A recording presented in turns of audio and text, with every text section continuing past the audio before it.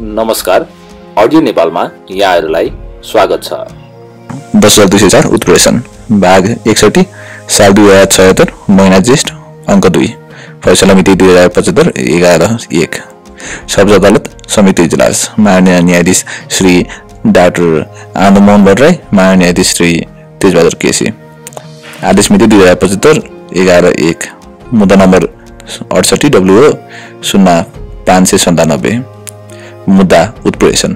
निवेदक काठमाडौँ जिल्ला काठमाडौँ महानगरपालिका वार्ड नम्बर 31 बागबजार केन्द्रीय कार्यालय रहेको उपभोक्ता हित संरक्षण मञ्च नेपालको तर्फबाट अख्तियार प्राप्त केन्द्रीय सचिव वर्ष 40 को अधिवक्ता रामचन्द्र सिमखडा समेत विरुद्ध विपक्षी नेपाल सरकार प्रधानमन्त्री तथा मन्त्री परिषदको कार्यालय सिंहदरबार काठमाडौँ समेत रेसिडेन्डी अफ द क्लेस। सरकार सार्वजनिक सम्पत्तिको मालिक होइन, न्यासी मात्र हो।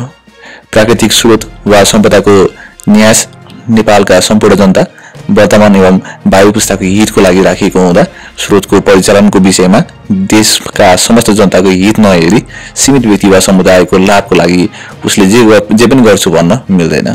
प्राकृतिक स्रोतहरू राष्ट्रका समस्त जनता वर्तमान र भावी पुस्ता वा सन्तति समेतका सम्पत्ति हुन् भन्ने कुरालाई सरकारले बुझ्नु र मनन गर्नुपर्नेछ भन्ने प्रकरण नम्बर 25 मा उल्लेख छ। त्यसैगरी सार्वजनिक सरकारको निवेदन आवाज हराएका आफै आफ्नो कुरा भन्न नसक्ने व्यक्ति वा समुदायको तर्फबाट पेश गरिएको निवेदन र अदालतलाई दिएको सूचना र वातावरणीय न्यायको सन्दर्भमा सम्पूर्ण प्राणी चराचरको तर्फबाट गरिएको याचना हुने भन्ने प्रकरण नम्बर 27 मा उल्लेख छ। त्यसैगरी युनेस्को लगायत सरकारवाला निकायहरूको परामर्श र सहमतिमा गरिएको वातावरणीय प्रभाव अध्ययनले अनुमति नदिएसम्म राष्ट्रिय निकुञ्जभित्र पर्ने गरी सडक निर्माण सम्बन्धी कुनै कार्य गर्न नहुने भन्ने प्रकरण नम्बर 32 मा उल्लेख छ। निवेदकका तर्फबाट निवेदक अधिवक्ता श्री रामचन्द्र सिमखडा, श्री धनञ्जय खनाल र श्री अच्युत राज बुढाथोकी, विद्वान अधिवक्ता श्री ज्योति बानिया, विद्वान अधिवक्ताहरू श्री रामकुमार आचार्य, श्री भुवन प्रसाद बाग्ले र श्री गणेश दाल। विपक्षीका तर्फबाट उपन्यायाधिवक्ता श्री युवराज महत।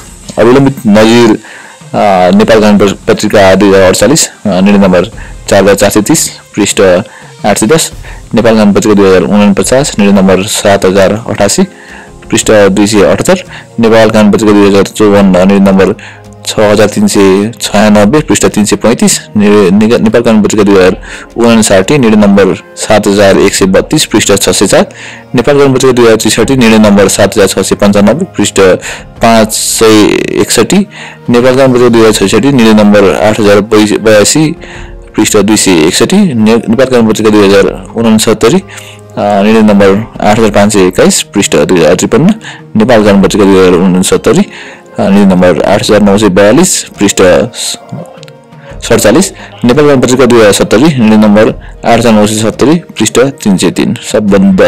सम्बद्ध कानुन नेपालको संविधान, नेपालको अन्तरिम संविधान 2063, राष्ट्रिय निकुञ्ज तथा वन्यजन्तु ऐन 2029, वातावरणीय ऐन 2053। आदेश न्यायाधीश डाक्टर आनन्द मोहन भट्टराई। नेपालको अन्तरिम संविधान 2063 को धारा 32 वा धारा 107 को 2 बमोजिम यस अदालतमा दायर भएको प्रस्तुत रिट निवेदनको संक्षिप्त तथ्य एवं ठहर यस प्रकार छ। हामी निवेदकहरू अधिवक्ताको प्रमाणपत्र प्राप्त गरी अविच्छिन्न रूपमा कानुन व्यवसाय गरिरहेका कानुन व्यवसायी र उपभोक्ता हितको संरक्षण, सम्वर्धन र अधिकारका लागि विगतदेखि कार्यरत छौँ। हामी संलग्न रहेको उपभोक्ता हित संरक्षण मञ्चले विगतदेखि नै उपभोक्तासँग प्रत्यक्ष सरोकार राख्ने विभिन्न विषयहरू तथा व्यापक सार्वजनिक सरोकारको विषयलाई उठाउँदै समय समयमा सम्मानित सर्वोच्च अदालतमा प्रवेश गरी विवादको निरूपण गर्दै आएको छ। उपभोक्ता अधिकार मानव अधिकारको विश्वव्यापी घोषणापत्र 1948 र आर्थिक, सामाजिक तथा सांस्कृतिक अधिकार सम्बन्धी अन्तर्राष्ट्रिय प्रतिज्ञापत्र 1966 को अन्तर्निहित मानव अधिकार रहेको र सोही अनुसार संयुक्त राष्ट्र संघले अन्तर्राष्ट्रिय नियामक संरचनाको रूपमा उपभोक्ता संरक्षण सम्बन्धी दिग्दर्शन 9 अप्रिल 1985 मा जारी गरी उपभोक्ताका अधिकारको रूपमा वातावरण सम्बन्धी अधिकारको प्रत्याभूत गरेको छ। सोही बमोजिम प्रत्येक सदस्य राष्ट्रले आफ्नो नीति र कानुनमा उपभोक्ताको हितलाई सर्वोपरि मानी नीति तथा कानुनको निर्माण र प्रवर्धन गर्न अभिप्रेरित गरेको छ। सञ्चारका विभिन्न माध्यमहरूबाट निकुञ्जमा मासे र सडक बनाउने तयारी भन्ने समाचार प्रकाशित र प्रसारित भएपछि हामी निवेदक संस्थाले मिति 2068 गतेका दिन विपक्षी नम्बर 3 सँग सोसँग सम्बन्धित कागजहरू माग गर्दा हालसम्म कुनै लिखित जवाफ प्राप्त हुन आएको छैन। पर्सा जिल्लाबाट राष्ट्रिय निकुञ्ज क्षेत्रभित्रबाट ठोरी हुँदै नवलपरासीको त्रिवेणी जोड्ने झन्डै 30 किलोमिटर बाटो बनाउनको लागि र यसभन्दा अगाडि 68-69 मा ठोरीदेखि चितवनको माडी, जगतपुर, मेघोली, कोलवा, बौवान हुँदै त्रिवेणी जोड्ने कोलाकी बाटोको नक्सा स्वीकृत भएको भन्ने खुल्न आएको छ। सो योजना रातो किताबमा समेत प्रकाशित भएको भन्ने समाचार प्रकाशित भएको छ। उक्त योजनालाई प्रकाशित गरी नजिक राप्ती नदीको किनारे किनार चितवन राष्ट्रिय निकुञ्ज बीचबाट सिधै त्रिवेणी निकाल्ने गरी हुलाकी बाटो बनाउन लागेको उक्त विपक्षीहरूको काम कारबाही नेपालको अन्तरिम संविधान 2063 को धारा 12, 13, 16, 17 को 3, 35 को 4, 5, 32 र 107 को 2, वातावरण संरक्षण ऐन 2053 को दफा 3, 4, 5, 7, 9, 10, 17, सन्धि ऐन 2049 को दफा 9, प्राकृतिक संस्कृति एवं पुरातात्विक विषयको महत्त्व राख्ने क्षेत्र जैविक विविधता महासन्धि 1992, संकटापन्न जंगली वासस्थान तथा जीवजन्तुका प्रजातिको अन्तर्राष्ट्रिय व्यापार महासन्धि साइट्स CITES 1973, विश्व सांस्कृतिक प्राकृतिक सम्पदा संरक्षण महासन्धि 1972, फोहोर पदार्थ, पानी, समुद्र प्रदूषण गर्ने कार्य नियन्त्रण सम्बन्धी महासन्धि 1972, जलपक्षीको बसोबास तथा अन्तर्राष्ट्रिय महत्त्वका सिमसारसँग सम्बन्धित महासन्धि 1971, जलचर संरक्षण ऐन 2017 र राष्ट्रिय सिमसार नीति 2059 र सम्बन्धित सर्वोच्च अदालतबाट प्रतिपादित भएका विभिन्न सिद्धान्तहरू तथा कानुनी हक प्रचलनको लागि सार्वजनिक विवाद समावेश भएको संवैधानिक तथा कानुनी एवं वातावरणीय न्यायसँग सम्बन्धित प्रश्न समावेश भएको विषयमा सो प्रश्न र व्याख्या गर्ने सम्मानित अदालतको क्षेत्राधिकार भएकोले यो सार्वजनिक सरकारको निवेदन लिई उपस्थित भएका छौं। नेपालको पहिलो राष्ट्रिय निकुञ्ज चितवन राष्ट्रिय निकुञ्ज हो। राष्ट्रिय निकुञ्ज तथा वन्यजन्तु ऐन विशेष नेपालको पहिलो राष्ट्रिय निकुञ्ज चितवन राष्ट्रिय निकुञ्ज हो। राष्ट्रिय निकुञ्ज तथा वन्यजन्तु ऐन विशेष ऐन हो। यस निकुञ्ज क्षेत्रभित्र 50 प्रकारका स्तनधारी जनावर, 540 प्रजातिका चराहरू, 49 प्रजातिका उभयचर तथा सरीसृप, 120 प्रजातिका माछा, 489 प्रजातिका रैथाने र घुमन्ते चरा, 50 प्रकारका घाँस, 16 प्रकारका सुनगाभा, 150 प्रजातिका पुतली, 8 प्रजातिका ठूला वृक्ष, 73 प्रजातिका उन्यु, 600 भन्दा बढी प्रजातिका वनस्पति, विश्वमा पाइने 5 प्रजातिका गैंडाहरू मध्ये विशाल एकसिङ्गे गैंडा, पाटेबाघ, घडियाल गोही, गौर सुसु माछा, ग्यागेन्टिक डल्फिन, खरायो, चितल, लगुना, रतुवा, भालु, चितुवा, रटेल, डढुवा, जंगली कुकुर, निरबिरालो, रातो बाँदर, गोरी गाई, जंगली हात्ती, चौसिङ्गे, उडार, नुनिटल, लिजार्ड तथा अजिङ्गर समेतका दुर्लभ वन्यजन्तुहरू पाइने हुँदा एसियाकै दोस्रो ठूलो राष्ट्रिय निकुञ्जको रूपमा विश्व सम्पदा स्थलमा सूचीकृत भएको अवस्था छ। चितवन राष्ट्रिय निकुञ्ज र यसभित्र पर्ने सिमसार क्षेत्र चराचुरुङ्गी, वन्यजन्तु र जलचर प्राणीका लागि उपयुक्त वासस्थान हुँदा नेपाल आउने बाह्य पर्यटक मध्ये 60% पर्यटकहरू यस निकुञ्जमा हाइकिङ र वातावरणीय अध्ययन, वातावरणीय तथा वैज्ञानिक अनुसन्धानका लागि आउँछन्। यस दृष्टिबाट समेत चितवन राष्ट्रिय निकुञ्ज महत्त्वपूर्ण क्षेत्र मानिन्छ। वातावरणीय सन्धि महासन्धि नेपालको अन्तरिम संविधान 2063 वातावरण सम्बन्धी ऐन, नीति, नियम बमोजिम संरक्षण गर्नुपर्ने दायित्व विपक्षीहरूको हो। यस निकुञ्जमा दुर्लभ वन्यजन्तु तथा वनस्पति सबैले आफ्नै वासस्थानमा फल्ने, फुल्ने, मानिस जस्तै स्वतन्त्र रूपले बाँच्न पाउने, गर्भवती हुँदा वा बच्चा जन्माउँदा अप्राकृतिक रूपमा मारिनु पर्ने त्रासबाट सुरक्षित हुन, आफ्नो आमाको न्यानो माया, ममता र निर्वाध रूपमा दुध चुस्न पाउने, प्रजनन गर्न पाउने हरेक वन्यजन्तुको प्राकृतिक हक हुन्छ। विपक्षीहरूको क्रियाकलापबाट सो अधिकारमाथि असर पर्ने हुन्छ। स्थानीय उपभोक्ता समितिसँगको बिना राय सुझाव निकुञ्जभित्रबाट बाटो खोल्ने कार्य मानव अधिकारको विश्वव्यापी घोषणापत्र 1948 र आर्थिक सामाजिक र सांस्कृतिक अधिकार सम्बन्धी अभिसन्धि 1966 को प्रतिकूल हुन्छ। यसलाई उपभोक्ता संरक्षण ऐन 2054 को दफा 6, राष्ट्रिय निकुञ्ज तथा वन्यजन्तु ऐन 2029 को दफा 4 र 5, वातावरण संरक्षण ऐन 2053 समेतले रोक लगाएको अवस्था छ।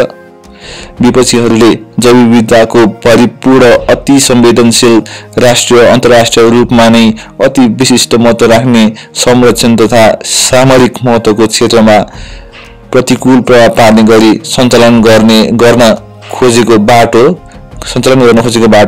निर्माण गर्ने कार्यले वातावरण तथा जैव विविधताको क्षेत्रमा नकारात्मक असर पार्न जाने कुरामा विवाद छैन। त्यसैले वातावरण संरक्षण गरी दिगो विकासको लक्ष्य प्राप्त गर्नुमा सरकारको विषय बनिसकेको अवस्था छ। यस विषयमा उपभोक्ता हित संरक्षण मञ्चको तर्फबाट सूचना माग गर्दा विपक्षी नम्बर 3 बाट सूचना पाउने संवैधानिक हकबाट निवेदक समेतलाई वञ्चित गरेको र वातावरण संरक्षण ऐन 2053 ले तोकेको बाध्यात्मक प्रक्रिया EIA र IEE समेतको कार्य नगरी विपक्षीहरूले कार्य गर्न खोजेको अवस्था छ। कानुनी प्रक्रिया अवलम्बन नगरी गरिएको कार्यले हाम्रो प्राकृतिक सम्पदा भित्रको थुप्रै प्राकृतिक स्रोतहरूको चोरी सिकारीको वृद्धि भई हाम्रो अनुपम सम्पदाहरू नष्ट हुने र त्यस क्षेत्र लगायतका विश्व वातावरणमा जलवायु परिवर्तनबाट गम्भीर असर पर्ने र सोबाट प्राणी र वनस्पति बीचको आदिकालदेखिको अनुन्याश्रित सम्बन्ध बिग्रने नष्ट हुने प्रकृति प्रदत्त स्थापित अन्तर्सम्बन्ध पारिस्थितिक प्रणालीमा नै असर पर्ने निश्चित छ। तसर्थ उल्लेखित तथ्य संवैधानिक तथा कानुनी हक बमोजिम विपक्षीहरूका नाममा संरक्षित सम्पदा तथा राष्ट्रिय निकुञ्जभित्रबाट निकुञ्जको प्रयोजनका लागि बाहेक अन्य कुनै बाटो निर्माण गर्ने कार्य तत्काल नगराउनु सोसँग सम्बन्धित कुनै सन्धि सम्झौता भएको भए बगत गराउनु भन्ने समेत विपक्षीहरूको नाममा उत्प्रेषण प्रतिषेध परमादेश लगायत जो चाहिने उपयुक्त आदेश जारी गरी पाऊँ। प्रस्तुत निवेदनको अन्तिम किनारा नलागेसम्म चितवन राष्ट्रिय निकुञ्जभित्र हाल कुनै बाटो संरचना एवं योजना हुलाकी मार्ग लगायतका कुनै बाटो संरचना सम्बन्धी योजना र सम्झौता कार्यान्वयन नगराउनु भन्ने सर्वोच्च अदालत नियमावली 2049 को नियम 41(1) बमोजिम अन्तरिम आदेश जारी गरी पाऊँ भन्ने समेत बेहोराको उपभोक्ता हित संरक्षण मञ्च नेपालको तर्फबाट अख्तियार प्राप्त केन्द्रीय सचिव अधिवक्ता रामचन्द्र सिमखोला समेतको यस अदालतमा परेको निवेदन। यसमा के कसो भएको निवेदकको माग बमोजिम आदेश किन जारी हुनु नपर्ने हो। यो आदेश प्राप्त भएको मितिले बाटोको म्याद बाहेक 15 दिनभित्र माननीय अधिवक्ताको कार्यालय मार्फत लिखित जवाब पेश गर्नु भनी निवेदकको एक प्रति नक्कल साथै राखी विपक्षीहरूलाई सूचना पठाई लिखित जवाफ आएपछि वा अवधि नागेपछि नियम बमोजिम पेश गर्नु साथै चितवन राष्ट्रिय निकुञ्जभित्रबाट ठोरीदेखि त्रिवेणीसम्म सडक बनाउने तयारी भइरहेको सञ्चार माध्यममा आएको र अहिलेसम्म नेपाल सरकारका सम्बद्ध निकायबाट खण्डन नभएको र तत्सम्बन्धी कागज माग गर्दा पनि नपाएको भनी निवेदकहरूले सो कार्य विरुद्ध अन्तरिम आदेश जारी गरी पाउन माग गरेको पाइन्छ। सो मागतर्फ विचार गर्दा राष्ट्र निकुञ्जभित्र बाटो नबनाई नहुने अवस्था रहेको अन्य विकल्प नै नभएको यसरी बाटो निर्माण गर्दा वातावरण वन वन्यजन्तु पशुपन्छी जैविक विविधता समेतमा प्रतिकूल प्रभाव नपर्ने तथ्य स्थापित नभई बाटो निर्माण हुन जाँदा नेपाल पक्ष भएका अन्तर्राष्ट्रिय सन्धि महासन्धि तथा राष्ट्रिय निकुञ्ज तथा वन्यजन्तु संरक्षण ऐन 2029 को दफा 4 र 5 समेतका दृष्टिकोणबाट समस्त राष्ट्र र जनतालाई अपूरणीय क्षति हुन जाने भएबाट यो रिट निवेदनको टुङ्गो नलागेसम्म सो बाटो नबनाउनु सो बाटो सम्बन्धी सम्पूर्ण काम कारबाही यथास्थितिमा राख्नु भनी सर्वोच्च अदालत नियमावली 2049 को नियम 41 को 1 बमोजिम विपक्षीहरूको नाममा अन्तरिम आदेश जारी गरी दिएको छ। सो आदेशको जानकारी विपक्षीहरूलाई दिनु साथै प्रस्तुत निवेदन विकास निर्माणसँग सम्बन्धित विषयसँग सम्बन्धित भएको हुँदा यसको शीघ्र टुङ्गो लाग्न उपयुक्त भएबाट प्रस्तुत रिट निवेदकलाई अग्राधिकार समेत प्रदान गरिदिएको छ। नियमअनुसार गर्नु भन्ने समेत बेहोराको यस अदालतको मिति 2068/9/27 को आदेश। विपक्षी रिट निवेदकले यस मन्त्रालयको के कस्तो काम कारबाहीबाट विपक्षीलाई असर पुगेको हो सो कुरा जिकिर आफ्नो रिट निवेदनमा कतै पनि उल्लेख नै नगरी असम्बन्धित यस मन्त्रालय समेतलाई विपक्षी बनाई दिएको रिट निवेदन खारेज भागी छ। खारेज गरी पाऊँ भन्ने समेत बेहोराको नेपाल सरकार अर्थ मन्त्रालयको तर्फबाट पेश भएको लिखित जवाफ। देशको आर्थिक सामाजिक एवं पूर्वाधार विकासको लागि सडक यातायात एक महत्त्वपूर्ण अवयव हो। सडक विभागले नियम कानुन र निर्धारित प्रक्रिया अनुसार सडक निर्माण मर्मत र व्यवस्थापनको काम गर्दै आएको छ। सोही अनुसार कुनै सडक निर्माण गर्नु पूर्व कुन स्थानबाट सडक निर्माण गर्नु उपयुक्त हुन्छ भनी अध्ययन र सर्वेक्षण गरी वातावरणीय प्राविधिक र आर्थिक दृष्टिकोणबाट गुणस्तर र लागत समेतलाई मध्यनजर गरी सडकको अलाइनमेन्ट निर्धारण गरिन्छ। तर रिट निवेदकले निवेदनमा उल्लेख गरे अनुसार चितवन राष्ट्रिय निकुञ्जभित्र हाल कुनै बाटो संरचना वा हुलाकी मार्ग निर्माण गर्ने निर्णय यस विभागबाट भएको छैन। तसर्थ निवेदकहरूले अजमायसी आधार र अनुमानको भरमा दिएको रिट निवेदनबाट कुनै संवैधानिक वा कानुनी हक अधिकार स्थापित हुने पनि देखिँदैन। अत उपयुक्त आधारमा विपक्षीहरूको आधारहीन रिट निवेदन खारेज भागी हुँदा खारेज गरी पाऊँ भन्ने समेत बेहोराको नेपाल सरकार भौतिक योजना तथा निर्माण मन्त्रालय सडक विभागको तर्फबाट पेश भएको लिखित जवाफ। नेपाल सरकारको कार्य विभाजन नियमावली बमोजिम वातावरण सम्बन्धी कार्य यस मन्त्रालयको भएकोले वातावरण संरक्षण ऐन 2053 तथा वातावरण संरक्षण नियमावली 2054 को कानुनी व्यवस्थाको अधीनमा रही कुनै पनि आयोजनाको निर्माण सञ्चालन गर्नु अघि वातावरणीय प्रभाव मूल्याङ्कन स्वीकृति गर्ने प्रमुख जिम्मेवारी यस मन्त्रालयको भएबाट निवेदकले उल्लेख गरिएको सडकको सम्बन्धमा पनि वातावरणीय प्रभाव मूल्याङ्कन सम्बन्धी प्रारम्भिक कार्य भइरहेको छ। यसको अन्तिम अवस्था आउँदा वातावरणीय दृष्टिकोणले गम्भीर प्रभाव पर्ने देखिएमा विभिन्न विकल्पसहित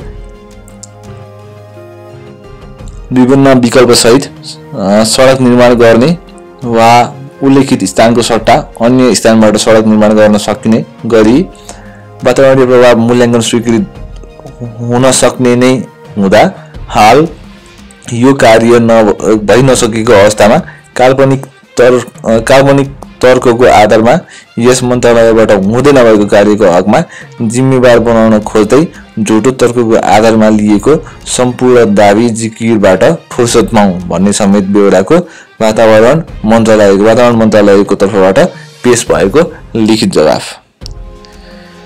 वातावरण संरक्षण नियमावली 2054 को अनुसूची 3 को खण्ड अ को उपखण्ड 3 बमोजिम राष्ट्रिय निकुञ्ज वन्यजन्तु आरक्ष सीमासार र संरक्षण क्षेत्रमा कुनै प्रस्ताव कार्यान्वयन गर्नुपर्ने भएमा वातावरणीय प्रभाव मूल्याङ्कन गर्नुपर्दछ।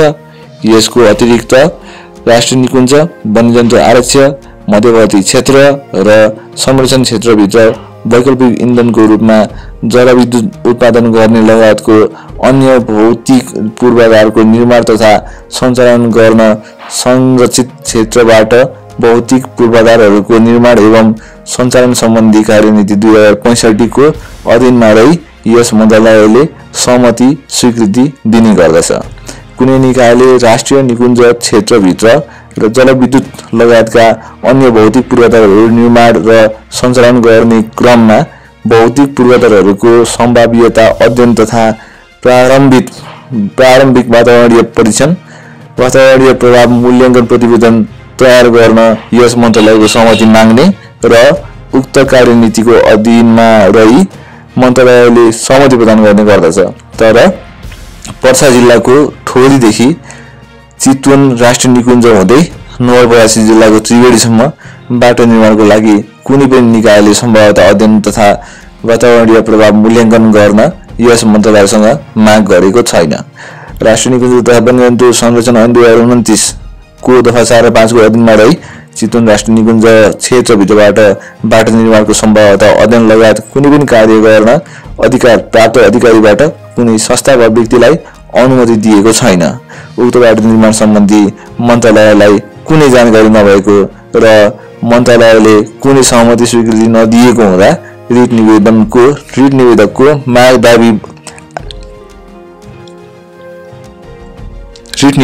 माग दाबी आधारहीन छ। यस आधारमा रिट निवेदन खारेज गरी पाऊँ भन्ने समेत बेहोराको नेपाल सरकार वन तथा भू संरक्षण मन्त्रालयको तर्फबाट पेश भएको लिखित जवाफ। पर्सा जिल्लाको ठोरीदेखि नवलपरासी जिल्लाको त्रिवेणीसम्मको बाटो बनाउने सम्बन्धमा कुनै पनि निकायबाट यस विभागमा कुनै पनि प्रकारको जानकारी प्राप्त भएको छैन र कुनै निकायलाई सहमति स्वीकृति दिएको पनि छैन। तसर्थ निकुञ्ज बाँचेर सडक बनाउने तयारी भन्ने समाचारको आधारमा मात्रै यस विभागलाई समेत विपक्षी बनाई प्रस्तुत गरेको रिट निवेदनमा सत्यता छैन। यस विभाग अन्तर्गत रहेको चितवन राष्ट्रिय निकुञ्ज विश्व सम्पदा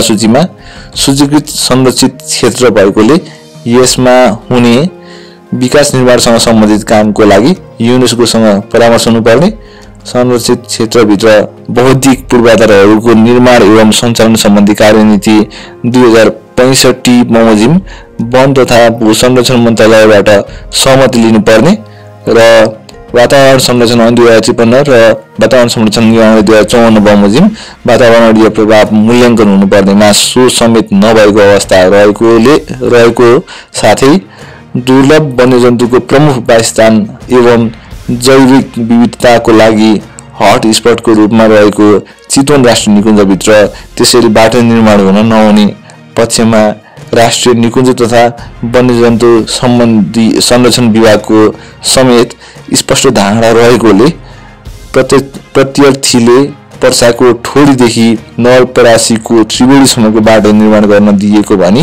यस विभागलाई लगाएको आरोप निराधार छ। प्रस्तुत निवेदनमा उल्लेखित निकुञ्ज मासेर सडक बनाउने तयारी भन्ने समाचार माध्यममा प्रकाशित समाचारहरूको सम्बन्धमा यस विभागको स्पष्ट राय प्रतिक्रिया यथा समयमा नै अख्तियार दुरुपयोग अनुसन्धान आयोग र वन तथा भू संरक्षण मन्त्रालयमा समेत प्रस्तुत गरिसकेको हुँदा उल्लेखित नम्बर 14/21 मिति 2068/9/26 को पत्रको छाया प्रति समेत संलग्न गरिएको छ। सो लगायत आकर्षित ऐन नियम समेतलाई प्रमाण लगाइखाउँ भन्ने समेत बेहोराको राष्ट्रिय निकुञ्ज तथा वन्यजन्तु संरक्षण विभागका तर्फबाट पेश भएको लिखित जवाफ।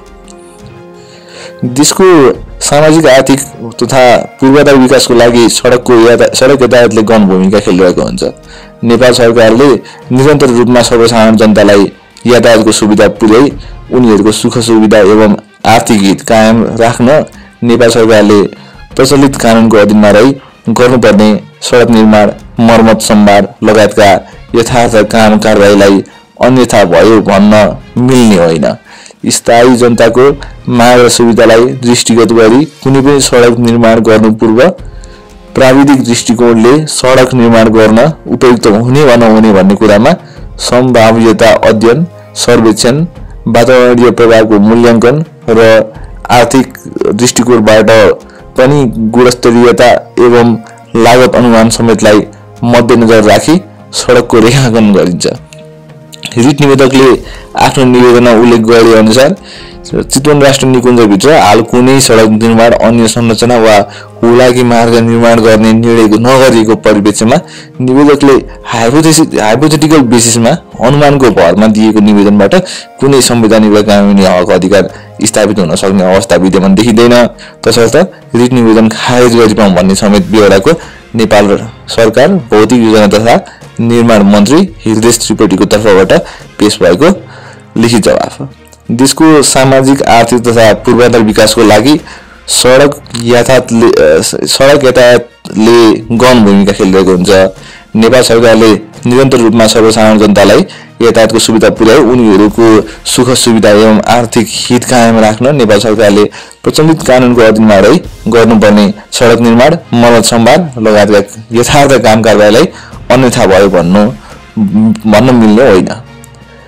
स्थानीय जनताको माग र सुविधालाई दृष्टिगत गरी कुनै पनि सडक निर्माण गर्नु पूर्व प्राविधिक दृष्टिकोणले सडक निर्माण गर्न उपयुक्त हुने वा नहुने भन्ने कुरा सम्भाव्यता अध्ययन, सर्वेक्षण, वातावरणीय प्रभावको मूल्याङ्कन र आर्थिक दृष्टिकोणबाट गुणस्तरीयता एवं लागत अनुमान समेतलाई मध्यनजर राखी सडकको रेखाङ्कन गरिन्छ। रिट निवेदकले आफ्नो निवेदनमा उल्लेख गरेअनुसार चितवन राष्ट्रिय निकुञ्जभित्र हाल कुनै सडक निर्माण, अन्य संरचना वा हुलाकी मार्ग निर्माण गर्ने निर्णय नगरिएको परिप्रेक्ष्यमा निवेदकले हाइपोथेटिकल बेसमा अनुमानको भरमा दिएको निवेदनबाट कुनै संवैधानिक वा कानुनी हक अधिकार स्थापित हुन सक्ने अवस्था विद्यमान देखिँदैन। तसर्थ रिट निवेदन खारेज गरिपाउँ भन्ने समेत बेहोराको नेपाल सरकार भौतिक योजना तथा निर्माण मन्त्रालयको तर्फबाट पेश भएको लिखित जवाफ।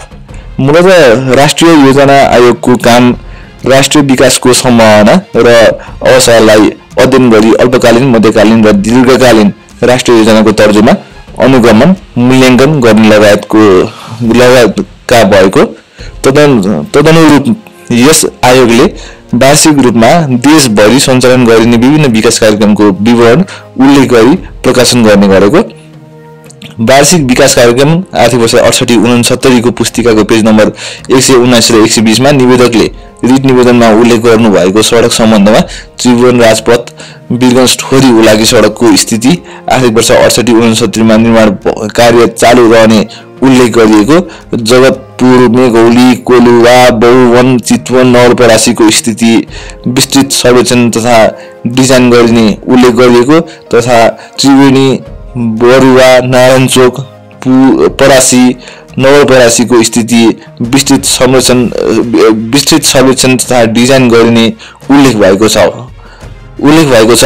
भरमा उक्त योजनालाई परिवर्तन गर्ने गरी कुनै निर्णय नगरिएको सन्दर्भमा निवेदकले अनुमानको भरमा दिएको प्रस्तुत रिट निवेदन खारेज बाँकी छ, खारेज गरिपाउँ भन्ने समेत बेहोराको राष्ट्रिय योजना आयोगको सचिवालयको तर्फबाट पेश भएको लिखित जवाफ। प्रस्तुत विवादको विषय राष्ट्रिय निकुञ्ज तथा वन्यजन्तु संरक्षण विभागको क्षेत्राधिकार अन्तर्गत पर्ने हुँदा विवादित विषयको सम्बन्धमा केही बोलिरहनु पर्ने अवस्था रहेन। सम्मानित अदालतको इजलास समक्ष मुद्दा पेश हुँदा सरकारी वकिलको तर्फबाट प्रस्तुत हुने बहस पैरवी तथा प्रमाण कागज र वन तथा भू संरक्षण मन्त्रालयद्वारा पेश हुने लिखित जवाफलाई यसै लिखित जवाफको अभिन्न अङ्ग मानिपाउँ भन्ने समेत बेहोराको नेपाल सरकार वन विभागको तर्फबाट पेश गरिएको लिखित जवाफ। प्रस्तुत निवेदनमा उल्लेखित सडकको सम्बन्धमा चितवन राष्ट्रिय निकुञ्ज कार्यालयसँग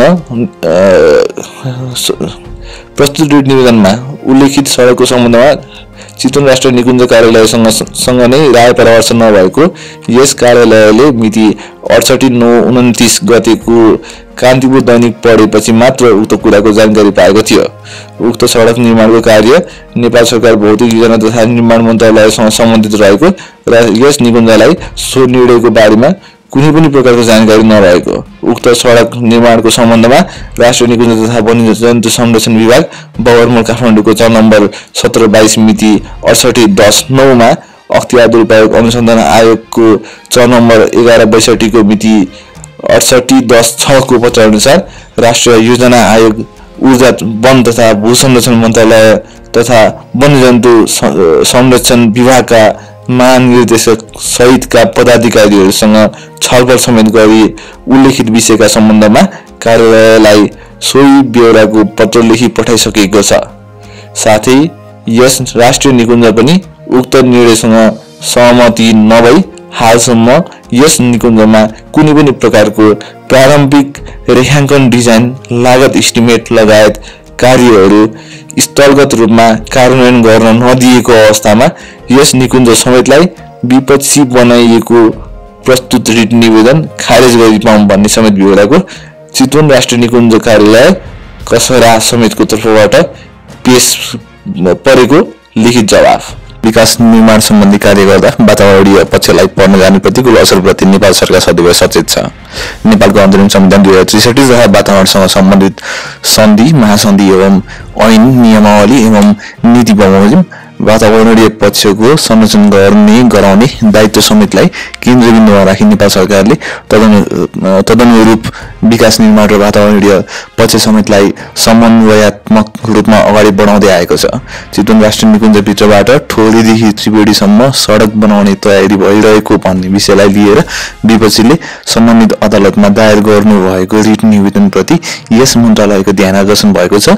उक्त क्षेत्रमा सडक निर्माण गर्ने गरी नेपाल सरकारले कुनै निर्णय गरिसकेको अवस्था छैन। जनतालाई सहज, सरल र सुलभ रूपमा यातायात सेवा उपलब्ध गराई लोक कल्याणकारी राज्यको भूमिकालाई विस्तार गर्न नेपाल सरकारले आवश्यक ठानी उक्त क्षेत्रमा सडक बनाउन आवश्यक पर्न गएको महसुस गरेको अवस्थामा वातावरण संरक्षण ऐन 2053 ले तोकी बमोजिम EIA IEE सम्पन्न गरी सडक निर्माण कार्यबाट वातावरणीय पक्षलाई प्रतिकूल असर पर्न नजाने अवस्था भए मात्र सडक निर्माणको कार्य अघि बढ्ने हुन्छ। राष्ट्रिय निकुञ्ज भित्र बाटो नबनाइ नहुने अवस्था रहेको, अन्य विकल्प नभएको, यसरी बाटो निर्माण गर्दा वातावरण, वन, वन्यजन्तु, पशुपन्छी, जैविक विविधता समेतमा प्रतिकूल प्रभाव नपर्ने तथ्य स्थापित गरेर मात्र उक्त क्षेत्रमा बाटो निर्माण कार्य अगाडि बढाइने हुँदा विकास निर्माणको प्रारम्भिक कार्य समेत सुरु नभएको अवस्थामा विपक्षी रिट निवेदकले काल्पनिक आधार लिई विकास निर्माणको सम्भाव्यताको अध्ययन समेतलाई रोक्ने दूषित मनसाय राखी सम्मानित अदालत समक्ष दायर गरेको रिट निवेदन सरासर आधारहीन, कपोलकल्पित एवं दुराशयपूर्ण छ। नेपाल सरकारले वातावरणीय पक्षमा प्रतिकूल प्रभाव पर्ने गरी कुनै निर्णय गरेको अवस्था विद्यमान नरहेको, सडक निर्माण सम्बन्धी कार्य गर्नु परेको व्यवस्थामा प्रचलित कानुन बमोजिम रिट पुर्याई EIA IEE समेतको अध्ययन गर्नुपर्ने विषयमा नेपाल सरकार सचेत रहेको र वातावरणसँग सम्बन्धित अन्तर्राष्ट्रिय सन्धि, सम्झौता, महासन्धि, ऐन, नियम तथा नीतिबाट निर्दिष्ट गरिएको मार्गदर्शनहरूप्रति नेपाल सरकार पूर्ण रूपमा कटिबद्ध रहेको हुँदा भविष्यमा विकास निर्माणको सम्भाव्यताको खोजीलाई समेत रोक्ने मनसायले विपक्षीले दायर गर्नुभएको रिट निवेदनको आधारमा मिति 2068-9-27 मा सम्मानित अदालतको एक न्यायाधीशको इजलासबाट चितवन राष्ट्रिय निकुञ्जभित्र ठोरीदेखि त्रिवेणीसम्मको सडक बाटो नबनाउनु, सो बाटो सम्बन्धी सम्पूर्ण काम कारबाही यथास्थितिमा राख्नु भनी जारी भएको अन्तरिम आदेश खारेज गरी पाऊँ भन्ने समेत बेहोराको नेपाल सरकार भौतिक योजना तथा निर्माण मन्त्रालयको तर्फबाट पेश भएको मिति 68/11/30 को निवेदन पत्र। चितवन राष्ट्रिय निकुञ्जभित्रबाट ठोरीदेखि त्रिवेणीसम्म सडक बनाउने तयारी भइरहेको भन्ने विषयलाई लिएर विपक्षीले सम्मानित अदालतमा दायर गर्नुभएको रिट निवेदनप्रति यस मन्त्रालयको ध्यानआकर्षण भएको छ। उक्त क्षेत्रमा सडक निर्माण गर्ने गरी नेपाल सरकारले कुनै निर्णय गरिसकेको अवस्था छैन। जनतालाई सहज, सरल, सुलभ रूपमा यातायात सेवा उपलब्ध गराई लोक कल्याणकारी राज्यको भूमिकालाई विस्तार गर्न नेपाल सरकारले आवश्यक ठानी उक्त क्षेत्रमा सडक बनाउन आवश्यक पर्न गएको महसुस गरेको अवस्थामा वातावरण संरक्षण ऐन 2053 ले तोकी बमोजिम EIA IEE सम्पन्न गरी सडक निर्माण कार्यबाट वातावरणीय पक्षलाई प्रतिकूल असर पर्न जाने अवस्था भए मात्र सडक निर्माणको कार्य अघि बढ्ने हुन्छ। नेपाल सरकारले वातावरणीय पक्षमा प्रतिकूल प्रभाव पर्ने गरी कुनै निर्णय गरेको अवस्था विद्यमान नरहेको, सडक निर्माण सम्बन्धी कार्य गर्नु परेको व्यवस्थामा प्रचलित कानुन बमोजिमको रिट पुर्याई EIA IEE समेतको अध्ययन गर्नुपर्ने विषयमा नेपाल सरकार सचेत रहेको, वातावरणसँग सम्बन्धित अन्तर्राष्ट्रिय सन्धि, सम्झौता, महासन्धि, ऐन, नियम तथा नीतिबाट निर्दिष्ट गरिएको मार्गदर्शनहरूप्रति नेपाल सरकार पूर्ण रूपमा कटिबद्ध रहेको हुँदा भविष्यमा विकास निर्माणको सम्भाव्यताको खोजीलाई समेत रोक्ने मनसायले विपक्षीले दायर गर्नुभएको रिट निवेदनको आधारमा मिति 68/9-27 मा सम्मानित अदालतको एक न्यायाधीशको इजलासबाट चितवन राष्ट्रिय निकुञ्जभित्र ठोरीदेखि त्रिवेणीसम्मको सडक बाटो नबनाउनु, सो बाटो सम्बन्धी सम्पूर्ण काम कारबाही यथास्थितिमा राख्नु भनी जारी भएको अन्तरिम आदेश खारिज गरी पाऊँ भन्ने समेत बेहोराको नेपाल सरकार भौतिक योजना तथा निर्माण मन्त्रालयको मन्त्री रितेश त्रिपाठीले पेश गर्नुभएको मिति 68/11/30 को निवेदन पत्र। उल्लेखित अन्तरिम आदेश खारिज गरी पाऊँ भन्ने बेहोराको 68 FN 0264 र FN 0265 को निवेदन इजलास समक्ष पेश हुँदा यसमा यस अदालतको एक न्यायाधीशको इजलासबाट जारी भएको अन्तरिम आदेश रद्द हुने नहुने सम्बन्धमा छलफल गर्न आजको तारिख तोकी पेश भएको प्रस्तुत रिट निवेदन समेत अध्ययन गरी निवेदक लिखित जवाफकर्ताको तर्फबाट विद्वान सहन्यायाधिवक्ता युवराज सुवेदी र विपक्षी रिट निवेदकको तर्फबाट विद्वान अधिवक्ताहरू रामचन्द्र सिमखडा एवं धनञ्जय खनालले गर्नुभएको बहस समेत सुनियो।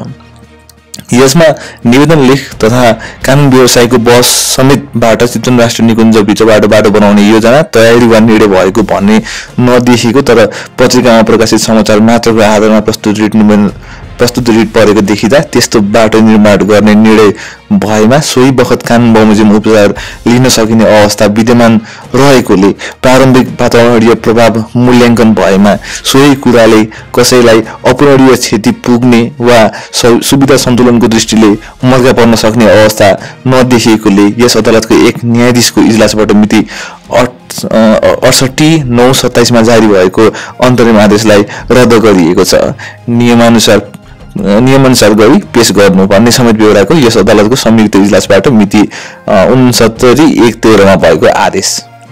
यस पर्सा जिल्लाबाट चितवन राष्ट्रिय निकुञ्ज क्षेत्रभित्रबाट ठोरी हुँदै नवलपरासी जिल्लाको त्रिवेणी जोड्ने समेतको हुलाकी राजमार्गहरू निर्माण गर्दा EIA नगरी राजमार्ग निर्माण गर्न लागेको भन्ने निवेदन जिकिर रहेकोमा भौतिक योजना तथा निर्माण मन्त्रालय समेतका विपक्षीहरूले पेश गरेको लिखित जवाफहरूमा निवेदनमा उल्लेखित भए बमोजिमको हुलाकी राजमार्गहरू निर्माण गर्ने सम्बन्धी कुनै निर्णय एवं कार्य नभएको भन्ने उल्लेख भएको र निवेदकको तर्फबाट उपस्थित विद्वान कानुन व्यवसायीहरूले उक्त लिखित जवाफहरू पेश भए पश्चात नेपाल सरकार मन्त्री स्तरीयको मिति 2070/8/20 को निर्णय अनुसार भौतिक पूर्वाधार तथा यातायात मन्त्रालय गुणस्तर तथा वैदेशिक सहयोग महाशाखाले वन तथा भू संरक्षण मन्त्रालयलाई निर्माण सामग्री उपलब्ध गराउने सम्बन्धमा मिति 70/8/24 पत्र संख्या 6/7071 नम्बर 115 मा लेखेको पत्रको छाया कपी बसको क्रममा इजलास समक्ष पेश गरेकोले उक्त निर्णय एवं पत्रचार के कुन प्रयोजनका लागि भएको हो सम्बन्धित विपक्षीहरूलाई सो सम्बन्धी भएका सम्पूर्ण निर्णय फाइल पत्र एवं लिखित जवाफ पेश गर्नु भनी लेखी पठाई प्राप्त भएपछि नियमअनुसार गरी पेश गर्नु भन्ने समेत बेहोराको यस अदालतबाट मिति 71/7/20 मा भएको आदेश।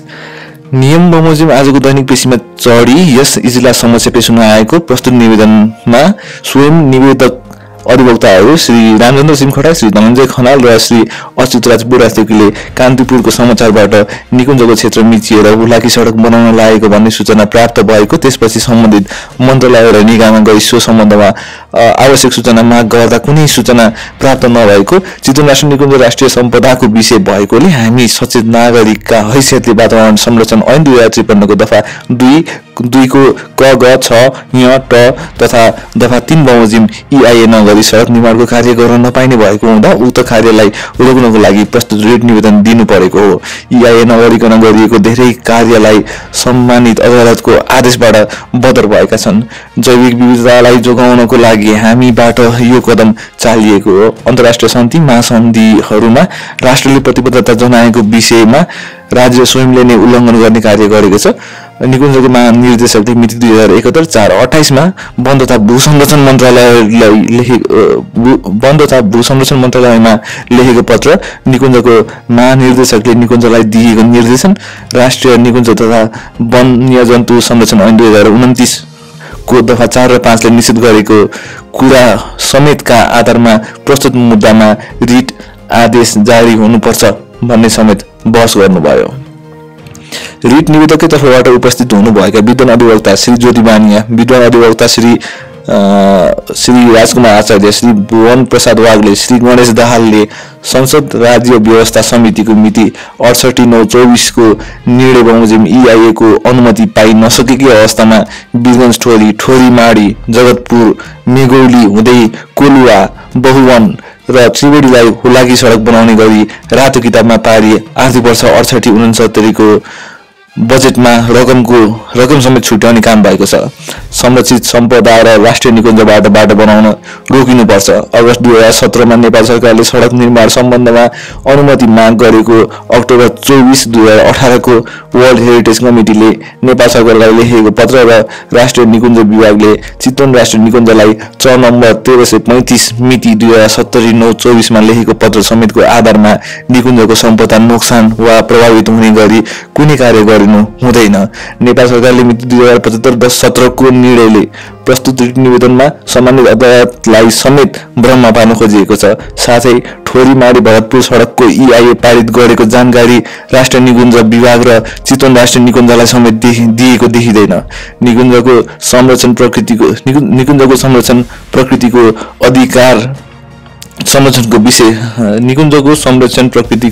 अधिकार संरक्षणको विषय समेत भएकोले निकुञ्जभित्रबाट प्रस्तावित मार्ग हुँदै उलाकी सडक लैजान उचित हुँदैन। तसर्थ निवेदकको माग बमोजिममा आदेश जारी हुनुपर्छ भन्ने समेत बहस गर्नुभयो।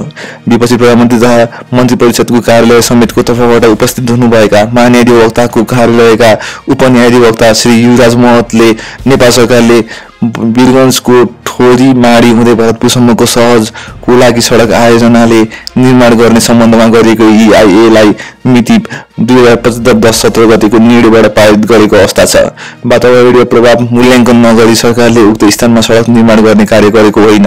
निकुञ्जको वातावरणमा असर नपार्ने कुरामा सरकार कटिबद्ध छ। तसर्थ प्रस्तुत रिट निवेदन खारेज हुनुपर्छ भनी बहस गर्नुभयो।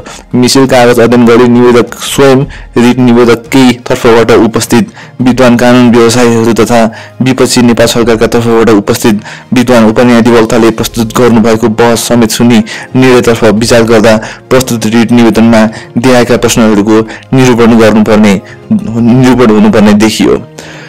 पहिलो विषय, प्रस्तुत विवादमा सार्वजनिक हक र सरोकारको संविधानद्वारा प्रदत्त क्षेत्राधिकार आकर्षित हुने अवस्था छ वा छैन।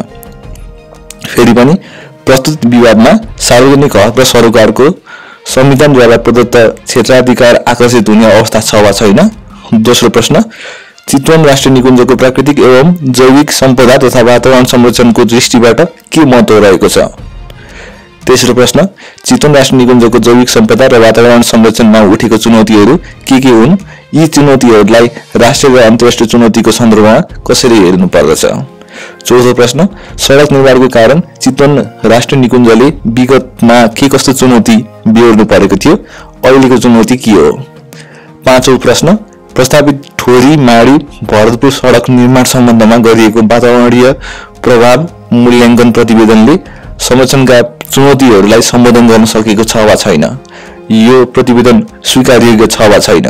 छैटौं प्रश्न, निवेदकको माग बमोजिमको रिट जारी हुनुपर्ने हो वा होइन।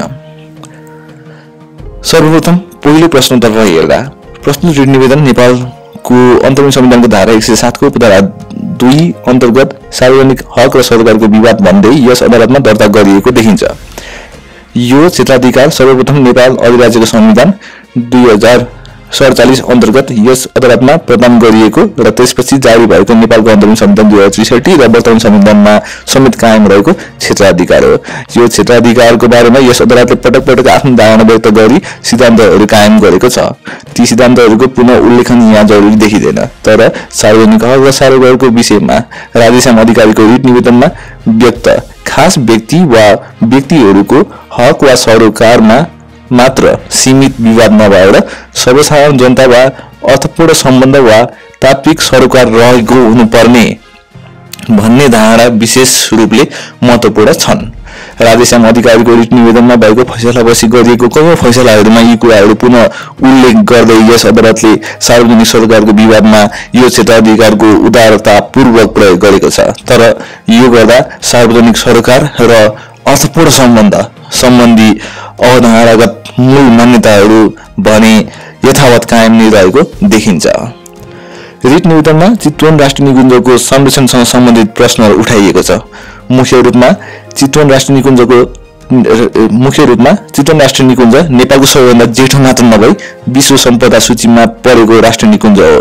रिट निवेदनमा यो निकुञ्जको जैविक विविधताको संरक्षण र यसले पर्याप्त पर्यटनमा पारेको सकारात्मक प्रभाव समेतको एउटा तस्बिर प्रस्तुत गर्दै यो निकुञ्जको क्षेत्रभित्रबाट पर्ने गरी निकुञ्जलाई खण्डीकरण हुने गरी सडक समेत निर्माण गर्न लागेको कुरा प्रकाशित भएपछि आफूहरू यसबाट सूचना माग्न सम्बन्धित निकायमा गएको र पाउन नसकेपछि राष्ट्रिय निकुञ्ज तथा वन्यजन्तु ऐन 2029 वातावरण ऐन 2053 र नेपाल पक्ष भएका अन्तर्राष्ट्रिय महासन्धिहरू समेतको विपरीत हुने गरी कुनै सडक बन्नु हुँदैन र निकुञ्जको सम्पदा नोक्सान हुने गरी गरिन लागेको कार्यहरू रोकिनु पर्दछ भन्ने समेत माग लिई सार्वजनिक महत्त्वको प्रश्न समावेश भएको पनि यस अदालतमा प्रवेश गरेको देखियो। निवेदकहरू उपभोक्ता हक हितको संरक्षणमा लागेका र जनहित संरक्षण मञ्चसँग सम्बन्धित व्यक्तिहरू देखिनुहुन्छ। वातावरण संरक्षणको विषयलाई लिएर निवेदक तथा बहसमा संलग्न अधिवक्ताहरू मध्ये धनञ्जय खनालले 20 हजारीतालको संरक्षण, त्यसै गरी बहसमा संलग्न अधिवक्ताहरू मध्ये राजकुमार आचार्यले बर्दिया राष्ट्रिय निकुञ्ज क्षेत्रभित्रबाट पर्ने गरी वातावरणीय प्रभाव मूल्याङ्कन नगरी बाटो निर्माण गर्न लागेको विषयलाई लिएर यसअघि पनि यस अदालतमा निवेदनहरू दर्ता र पैरवी गर्नु भएको छ। चितवन राष्ट्रिय निकुञ्जको संरक्षणको विषयवस्तु आम नेपालीको जीवनसँग जोडिएको अत्यन्त महत्त्वपूर्ण सम्पदा संरक्षणको विषय हुँदा सार्वजनिक हक र सरकारको विषय देखियो। साथै निवेदकहरू पेशा, लगाव र अनुभव समेतबाट प्रस्तुत विषयको संवेदनशीलताबारे चिन्तित भई निजहरूले यस विषयमा के भएको छ भन्ने बारे सम्बन्धित निकायमा सूचना माग्न गएको र सो नपाएपछि अदालतमा सुसूचित गर्ने कर्तव्य निर्वाह गरेको देखिँदा निवेदकहरूको यस विषयमा सार्थक सम्बन्ध रहेको समेत देखियो। तसर्थ प्रस्तुत विषयमा नेपालको अन्तरिम संविधानको धारा 107 को 2 र वर्तमान संविधानको धारा 133 को 2 र 3 यस अदालतको कार्यक्षेत्र आकर्षित हुने नै देखियो। अब चितवन राष्ट्रिय निकुञ्जको प्राकृतिक एवं जैविक सम्पदा तथा वातावरण संरक्षणको दृष्टिबाट महत्त्व के रहेको छ भन्ने दोस्रो प्रश्नबारे विचार गरौँ। निवेदकहरूले निकुञ्ज क्षेत्रभित्र पाइने स्तनधारी जनावर, रैथानी तथा घुमन्ते चराहरू, उभयचर माछा तथा वनस्पति, विश्वमा पाइने 5 प्रजातिका गौडाहरू मध्ये विशाल एसिङ्गे गौडा, पाटे बाघ, घडियाल, गोही, अजिङ्गर, सरीसृप, गोड, सुसु माछा, डल्फिन, खरायो, चित्तल, लगुना, रतुवा, भालु, चितुवा, रटेल, डढुवा, जङ्गली कुकुर, नील बिरालो, रातो बाँदर, गौरी गाई, जङ्गली हात्ती, चौसिङ्गे, मुडार, नोनिटल, लिजार्ड तथा अजिङ्गर समेतका दुर्लभ वन्यजन्तुहरू पाइने कुरा उल्लेख गर्नुभएको छ। चितवन राष्ट्रिय निकुञ्ज र यसभित्र पर्ने सिमसार क्षेत्र चराचुङ्गी वन्यजन्तु र जलचर प्राणीका लागि उपयुक्त वासस्थान हुँदा नेपाल आउने बाह्य पर्यटक मध्ये 60% पर्यटकहरू यस निकुञ्जमा हाइकिङ र वातावरणीय अध्ययन तथा वैज्ञानिक अनुसन्धानका लागि आउँछन् भन्ने पनि निवेदनमा उल्लेख छ। यी कुराहरू सही छन्। सरकारी तथा अन्य दस्तावेजहरूले पनि यी कुरालाई पुष्टि गर्दै जैविक विविधताको दृष्टिबाट चितवन राष्ट्रिय निकुञ्ज महत्त्वपूर्ण रहेको कुरा उल्लेख गरेका छन्। उदाहरणका लागि चितवन राष्ट्रिय निकुञ्जको वार्षिक प्रतिवेदन 2014-75 हेर्दा जैविक विविधताको संरक्षणको दृष्टिकोणले चितवन राष्ट्रिय निकुञ्ज विश्वमा नेपालको गौरवको रूपमा रहेको कुरा उल्लेख गर्दै यो निकुञ्ज नेपालमा पाइने वन्यजन्तुको विविधतालाई यसरी प्रस्तुत गरिएको छ। चितवन राष्ट्रिय निकुञ्जमा पाइने वन्यजन्तुको विविधता प्रजाति, नेपालमा पाइने निकुञ्जमा पाइने संख्या, प्रतिशत, कैफियत। स्तनधारी 20 लाख 87,034, पन्छी 8 लाख 86,000 होइन 8 करोड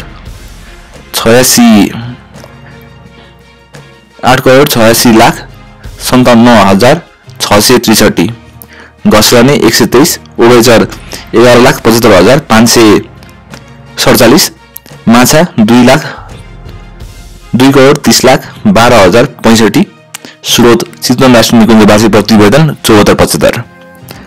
मध्य नेपालको तराई, चुरिया र भित्री मधेस क्षेत्रमा अवस्थित र राप्ती नारायण रिउ जस्ता नदीहरूको प्रवाह र प्रसवण क्षेत्र एवं पानी ढलोमा 1745 वर्ग किलोमिटर अर्थात् 952.63 वर्ग किलोमिटर निकुञ्ज क्षेत्र र 792.37 वर्ग किलोमिटर मध्यवर्ती क्षेत्र मा फैलिएको चितवन राष्ट्रिय निकुञ्जलाई अनुपम भौगोलिक बनावट तथा अद्वितीय जैविक विविधताले भरिपूर्ण निकुञ्ज भनी उक्त वार्षिक प्रतिवेदनमा उल्लेख गरिएको छ। चितवन, पूर्वी नवलपरासी, मकवानपुर र पर्सा जिल्लामा फैलिएको यो निकुञ्जमा नदी, तटीय वन, उष्ण र उपोष्ण प्रकृतिको वनहरू रहेका छन्। निकुञ्जको प्राकृतिक स्वरूप हेर्दा वन 84.6%, घाँसे मैदान 4.7%, बुट्यान 0.5% र अन्य 10.3% र वन मध्ये पनि 70% वन बहुमूल्य साल प्रजातिको रहेको भन्ने छ। निकुञ्जको अवस्थिति, प्राकृतिक सुन्दरता, पारिस्थितिक प्रणाली र सङ्कटापन्न वन्यजन्तु र वनस्पतिको संरक्षणमा यसले खेलेको भूमिका समेतको आधारमा यो निकुञ्ज 2041 सन् 1984 सालमा नै विश्व सम्पदा सूचीमा सर्वोत्कृष्ट विश्वव्यापी मूल्य आउटस्ट्यान्डिङ युनिभर्सल भ्याल्यू OUV भएको प्राकृतिक सम्पदाको रूपमा दर्ता भएको देखिन्छ। सङ्कटापन्न तथा जोखिममा परेको वन्यजन्तु तथा वनस्पतिको वासस्थान रहेको एवं स्पष्ट सीमा तोकिएका एवं विज्ञान वा संरक्षणको दृष्टिबाट विश्वव्यापी महत्त्व रहेको भौगोलिक र प्राकृतिक क्षेत्रहरू मात्र प्राकृतिक सम्पदाको रूपमा युनेस्कोद्वारा सूचीकृत गरिने हुँदा निकुञ्जको वैशिष्ट्यता यहाँ विशेष स्मरणीय छ। निकुञ्ज मात्र होइन, निकुञ्जको मध्यवर्ती क्षेत्रमा अवस्थित 20,000 ताल तथा वरपरका तालहरू रहेको 32 वर्ग किलोमिटर क्षेत्रलाई पनि विक्रमसम्म 2003 मा अन्तर्राष्ट्रिय महत्त्वको सिमसार क्षेत्रमा सूचीकृत गरिएको। त्यसैगरी निकुञ्ज र मध्यवर्ती क्षेत्रमा पर्ने बरनभार क्षेत्रलाई महत्त्वपूर्ण चराहरूको क्षेत्र important bird and biodiversity area IBA मा राखिएको छ। निकुञ्जले बाघको संरक्षणमा खेलेको भूमिकाको सन्दर्भमा सन् 2015 को फेब्रुअरी 6 देखि सन् 2018 को फेब्रुअरी 5 सम्म यो क्षेत्रले कन्जर्भेसन एस्च्युअर्ड टाइगर स्ट्यान्डर्ड CATS को उपाधि प्राप्त गर्ने पहिलो क्षेत्रको रूपमा मान्यता पाएको कुरा पनि उक्त प्रतिवेदनमा उल्लेख छ।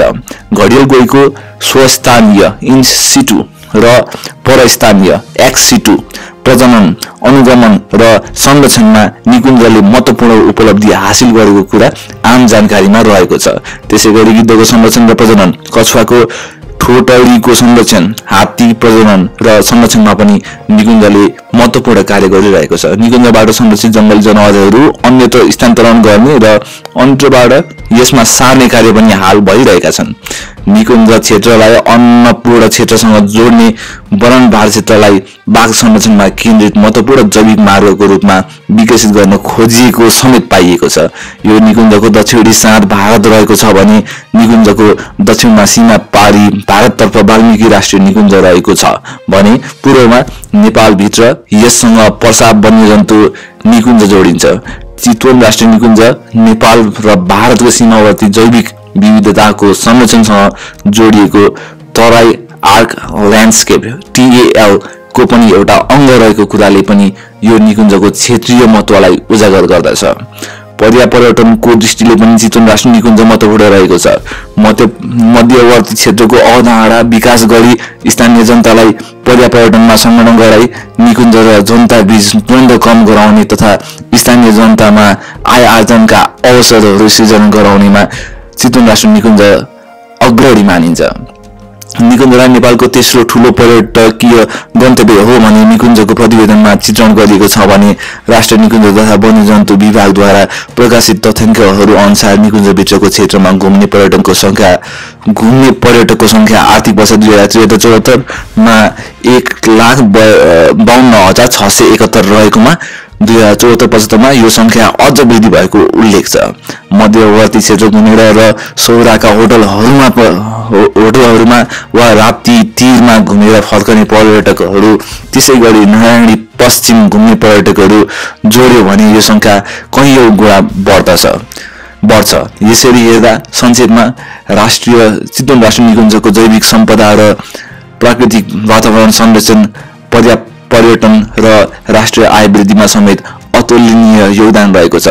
निकुञ्जको स्थापनाको समय अर्थात् विक्रम सम्वत 2030 सालमा जे कुरालाई महत्त्व दिएर स्थापना गरिएको थियो सो कुराहरूको महत्त्व त छँदैछ। वर्तमान अवस्थामा प्राकृतिक सम्पदा, जैविक विविधता र वातावरण संरक्षणको सन्दर्भमा थपिएका चुनौतीहरूको सन्दर्भमा यसको महत्त्व अरू बढेको छ।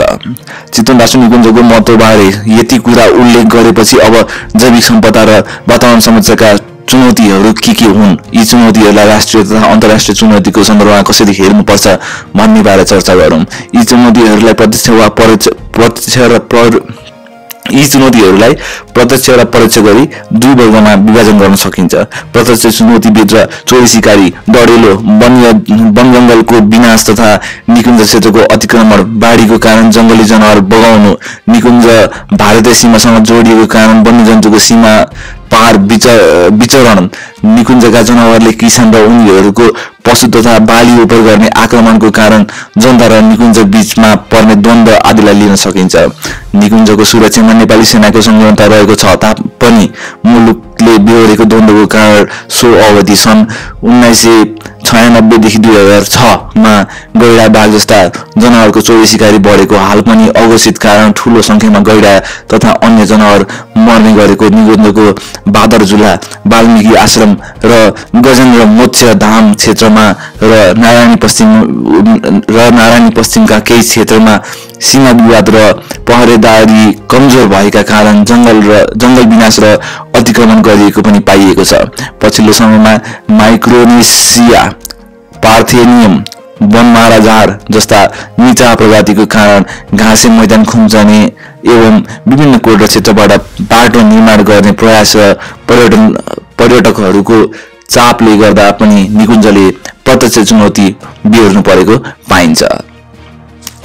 परोक्ष चुनौतीको कुरा गर्दा राजनीतिक उथलपुथल र संक्रमण, गरिबी, जनसङ्ख्या वृद्धि र बसाइसराई र शहरीकरणका कारण परेको चाप, पर्वतीय मुलुक भएको कारण नेपालले बेहोर्नु परेको चुनौतीहरू, संसारभर वन जङ्गल र जैविक विविधताको ह्रास, प्रदूषण र जलवायु परिवर्तनले सिर्जना गरेका चुनौतीहरू कुनै न कुनै रूपमा निकुञ्ज क्षेत्रमा प्रतिबिम्बित हुने कुरा निश्चित छ। देशको 19.7% भूभाग विभिन्न निकुञ्ज क्षेत्रहरूले ओगटेको कारण यी क्षेत्रहरूका आफ्नै चुनौतीहरू छन् तापनि राष्ट्रिय रूपमा जनसङ्ख्या वृद्धि, गरिबी, बेरोजगारीको चाप पनि कुनै न कुनै रूपमा चितवन राष्ट्रिय निकुञ्जमा परेको देखिन्छ। चुनौतीको अर्को पाटो संवैधानिक र कानुनी संरचना मार्फत नेपाली जनता समक्ष गरेको प्रतिबद्धता र नेपालले अन्तर्राष्ट्रिय सन्धि र सम्झौताको पालना गर्न विश्व समुदाय समक्ष गरेको वचनबद्धतासँग सम्बन्धित छ। प्रस्तुत जोड निवेदनमा निवेदकले नेपालको अन्तरिम संविधान 2063 को धारा 12, 13, 16, 17, 3, 35, 5, 107 को 2, वातावरण संरक्षण ऐन 2053 को दफा 3, 4, 5, 7, 9, 10 र 17, संविधान 2049 को दफा 9 सम्बद्ध विभिन्न अन्तर्राष्ट्रिय महासन्धिको विषय उल्लेख गरेको देखिन्छ। यस अदालतमा रिट निवेदन दर्ता भइसकेपछि अन्तरिम संविधानलाई नेपालको संविधानले प्रतिस्थापन गरेको छ भने सङ्कटापन्न वन्यजन्तु तथा वनस्पतिको अन्तर्राष्ट्रिय व्यापार नियन्त्रण ऐन 2073 जारी भएको र वन वातावरण र निकुञ्ज सम्बन्धी ऐनहरूमा समसामयिक संशोधन भएको अवस्था पनि छ। नेपालको अन्तरिम संविधानमा उल्लेखित हकहरूलाई वर्तमान संविधानले अझ मजबुत बनाएर राखेको छ। वर्तमान संविधानको धारा 30 मा स्वच्छ वातावरणको हक, वातावरणीय प्रदूषण र ह्रासबाट क्षतिपूर्ति पाउने हक र वातावरण र विकास बीच सन्तुलन कायम गर्ने जिम्मेवारी को कुरा राखिएको छ, जुन प्रस्तुत विवादको सन्दर्भमा समेत अत्यन्त महत्त्वपूर्ण छ, जुन ध्याय बमोजिम छ। धारा 30 स्वच्छ वातावरणको हक। धारा 30 स्वच्छ वातावरणको हक। उपधारा 1 प्रत्येक नागरिकलाई स्वच्छ र स्वास्थ्य वातावरणमा बाँच्न पाउने हक हुनेछ। उपधारा 2 वातावरणीय प्रदूषण वा ह्रासबाट हुने क्षतिबाट पीडितलाई प्रदूषकबाट कानुन बमोजिम क्षतिपूर्ति पाउने हक हुनेछ। उपधारा 3 राष्ट्रको विकास सम्बन्धी कार्य वा वातावरण र विकास बीच समुचित सन्तुलनका लागि आवश्यक कानुनी व्यवस्था गर्न यस धाराले बाधा पुर्याएको मानिने छैन। उपयुक्त व्यवस्थाहरूमध्ये उपधारा 1 ले राज्य उप स्वच्छ र स्वास्थ्य वातावरण कायम राख्ने दायित्व सिर्जना गर्छ। उपधारा 2 ले उपचारको हक प्रदान गर्छ। उपधारा 3 ले सकारात्मक दायित्वको एउटा नयाँ आयाम खोल्छ। प्रस्तुत विवादको सन्दर्भमा यो व्यवस्थालाई विशेष रूपले हेर्न र बुझ्न जरुरी छ। यसमा प्रयुक्त विकास भन्ने शब्दले भौतिक संरचनाहरूको विकास मात्र नभई विकासको व्यापक दायरा अर्थात् पर्यावरणीय दिगो विकासको अवधारणालाई समेत समेट्छ। यसभित्र विकास र वातावरण बीचको सन्तुलन कायम गर्ने सन्दर्भमा संविधानको धारा 51 को देहाय खण्ड 6 मा प्रयुक्त अन्तर्पुस्ता समन्वयको मान्यता, प्राकृतिक स्रोत साधनको संरक्षण, संवर्धन र वातावरण अनुकूल दिगो रूपमा उपयोग, त्यसैगरी औद्योगिक एवं भौतिक विकासबाट वातावरण पर्न सक्ने जोखिमलाई न्यूनीकरण गर्दै वन्यजन्तु, पक्षी, वनस्पति तथा जैविक विविधताको संरक्षण, संवर्धन र दिगो उपयोग, वातावरण संरक्षणमा पूर्व सावधानी र पूर्व सूचित सहमति जस्ता पर्यावरणीय दिगो विकासका सिद्धान्तहरूको अवलम्बन आदि कुराहरू पनि पर्दछन्। धारा 30 को उपधारा 3 को व्याख्या गर्दा यी कुराहरूलाई पनि एकैसाथ हेर्नु वाञ्छनीय देखिन्छ।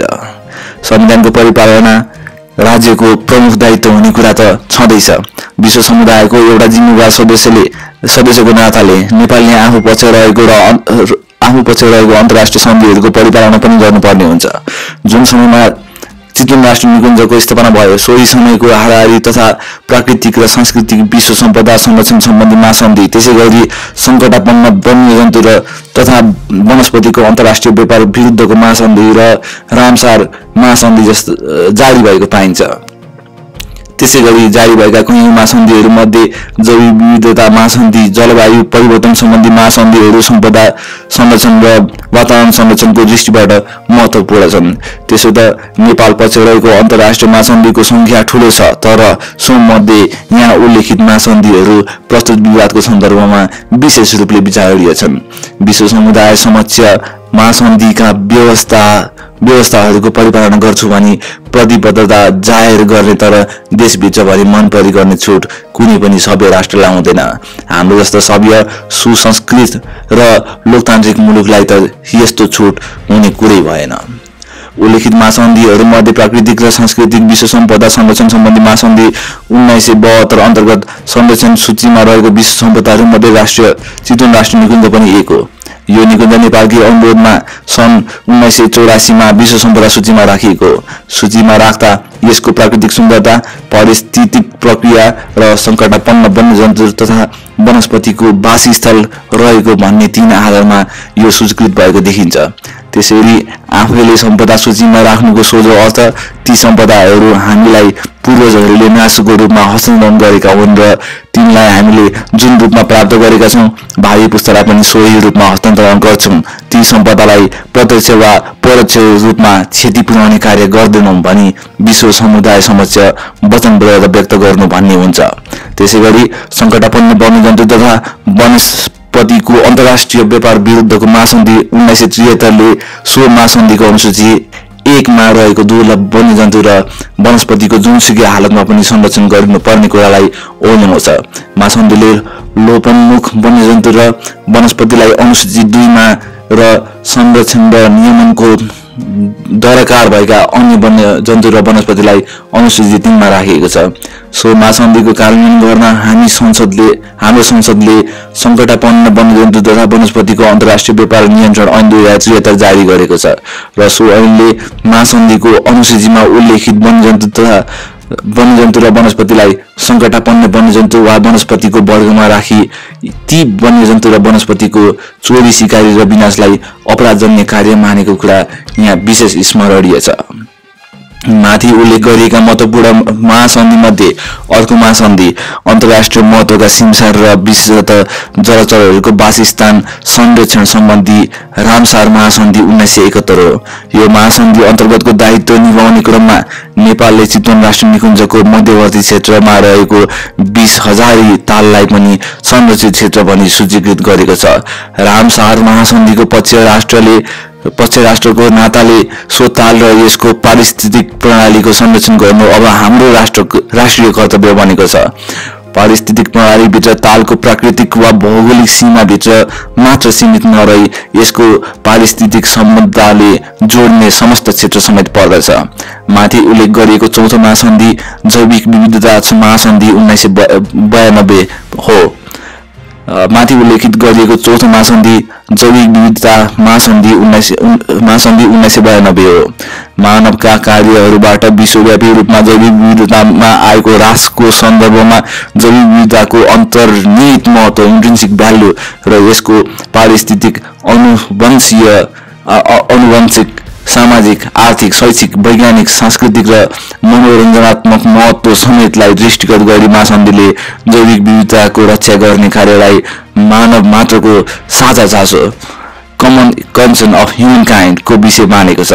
यो महासन्धि अमुक प्रजातिसँग मात्र नभई सम्पूर्ण पारिस्थितिक प्रणालीसँग सम्बन्धित छ।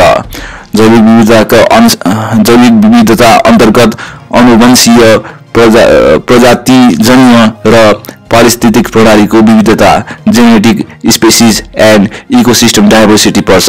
यो विविधता सकेसम्म स्वस्थानीय इन्सिटु रूपमा संरक्षित क्षेत्रहरूको स्थापना र विकास गरेर जोगाउनुपर्छ भन्ने कुरालाई जैविक विविधता महासन्धि धारा 8ले जोड दिन्छ। त्यसैगरी सोही महासन्धिको धारा 14ले जैविक विविधतामा उल्लेखनीय प्रतिकूल असर पर्ने कुनै कार्य गर्दा वातावरणीय प्रभाव मूल्याङ्कन गर्नुपर्ने कुरा औल्याएको छ। जैविक विविधता महासन्धिको उल्लेख गर्नु परेको कारण किन पनि छ भने चितवन राष्ट्रिय निकुञ्जलाई जैविक विविधताको दृष्टिले अत्यन्त महत्त्वपूर्ण हटस्पट क्षेत्र मानिन्छ।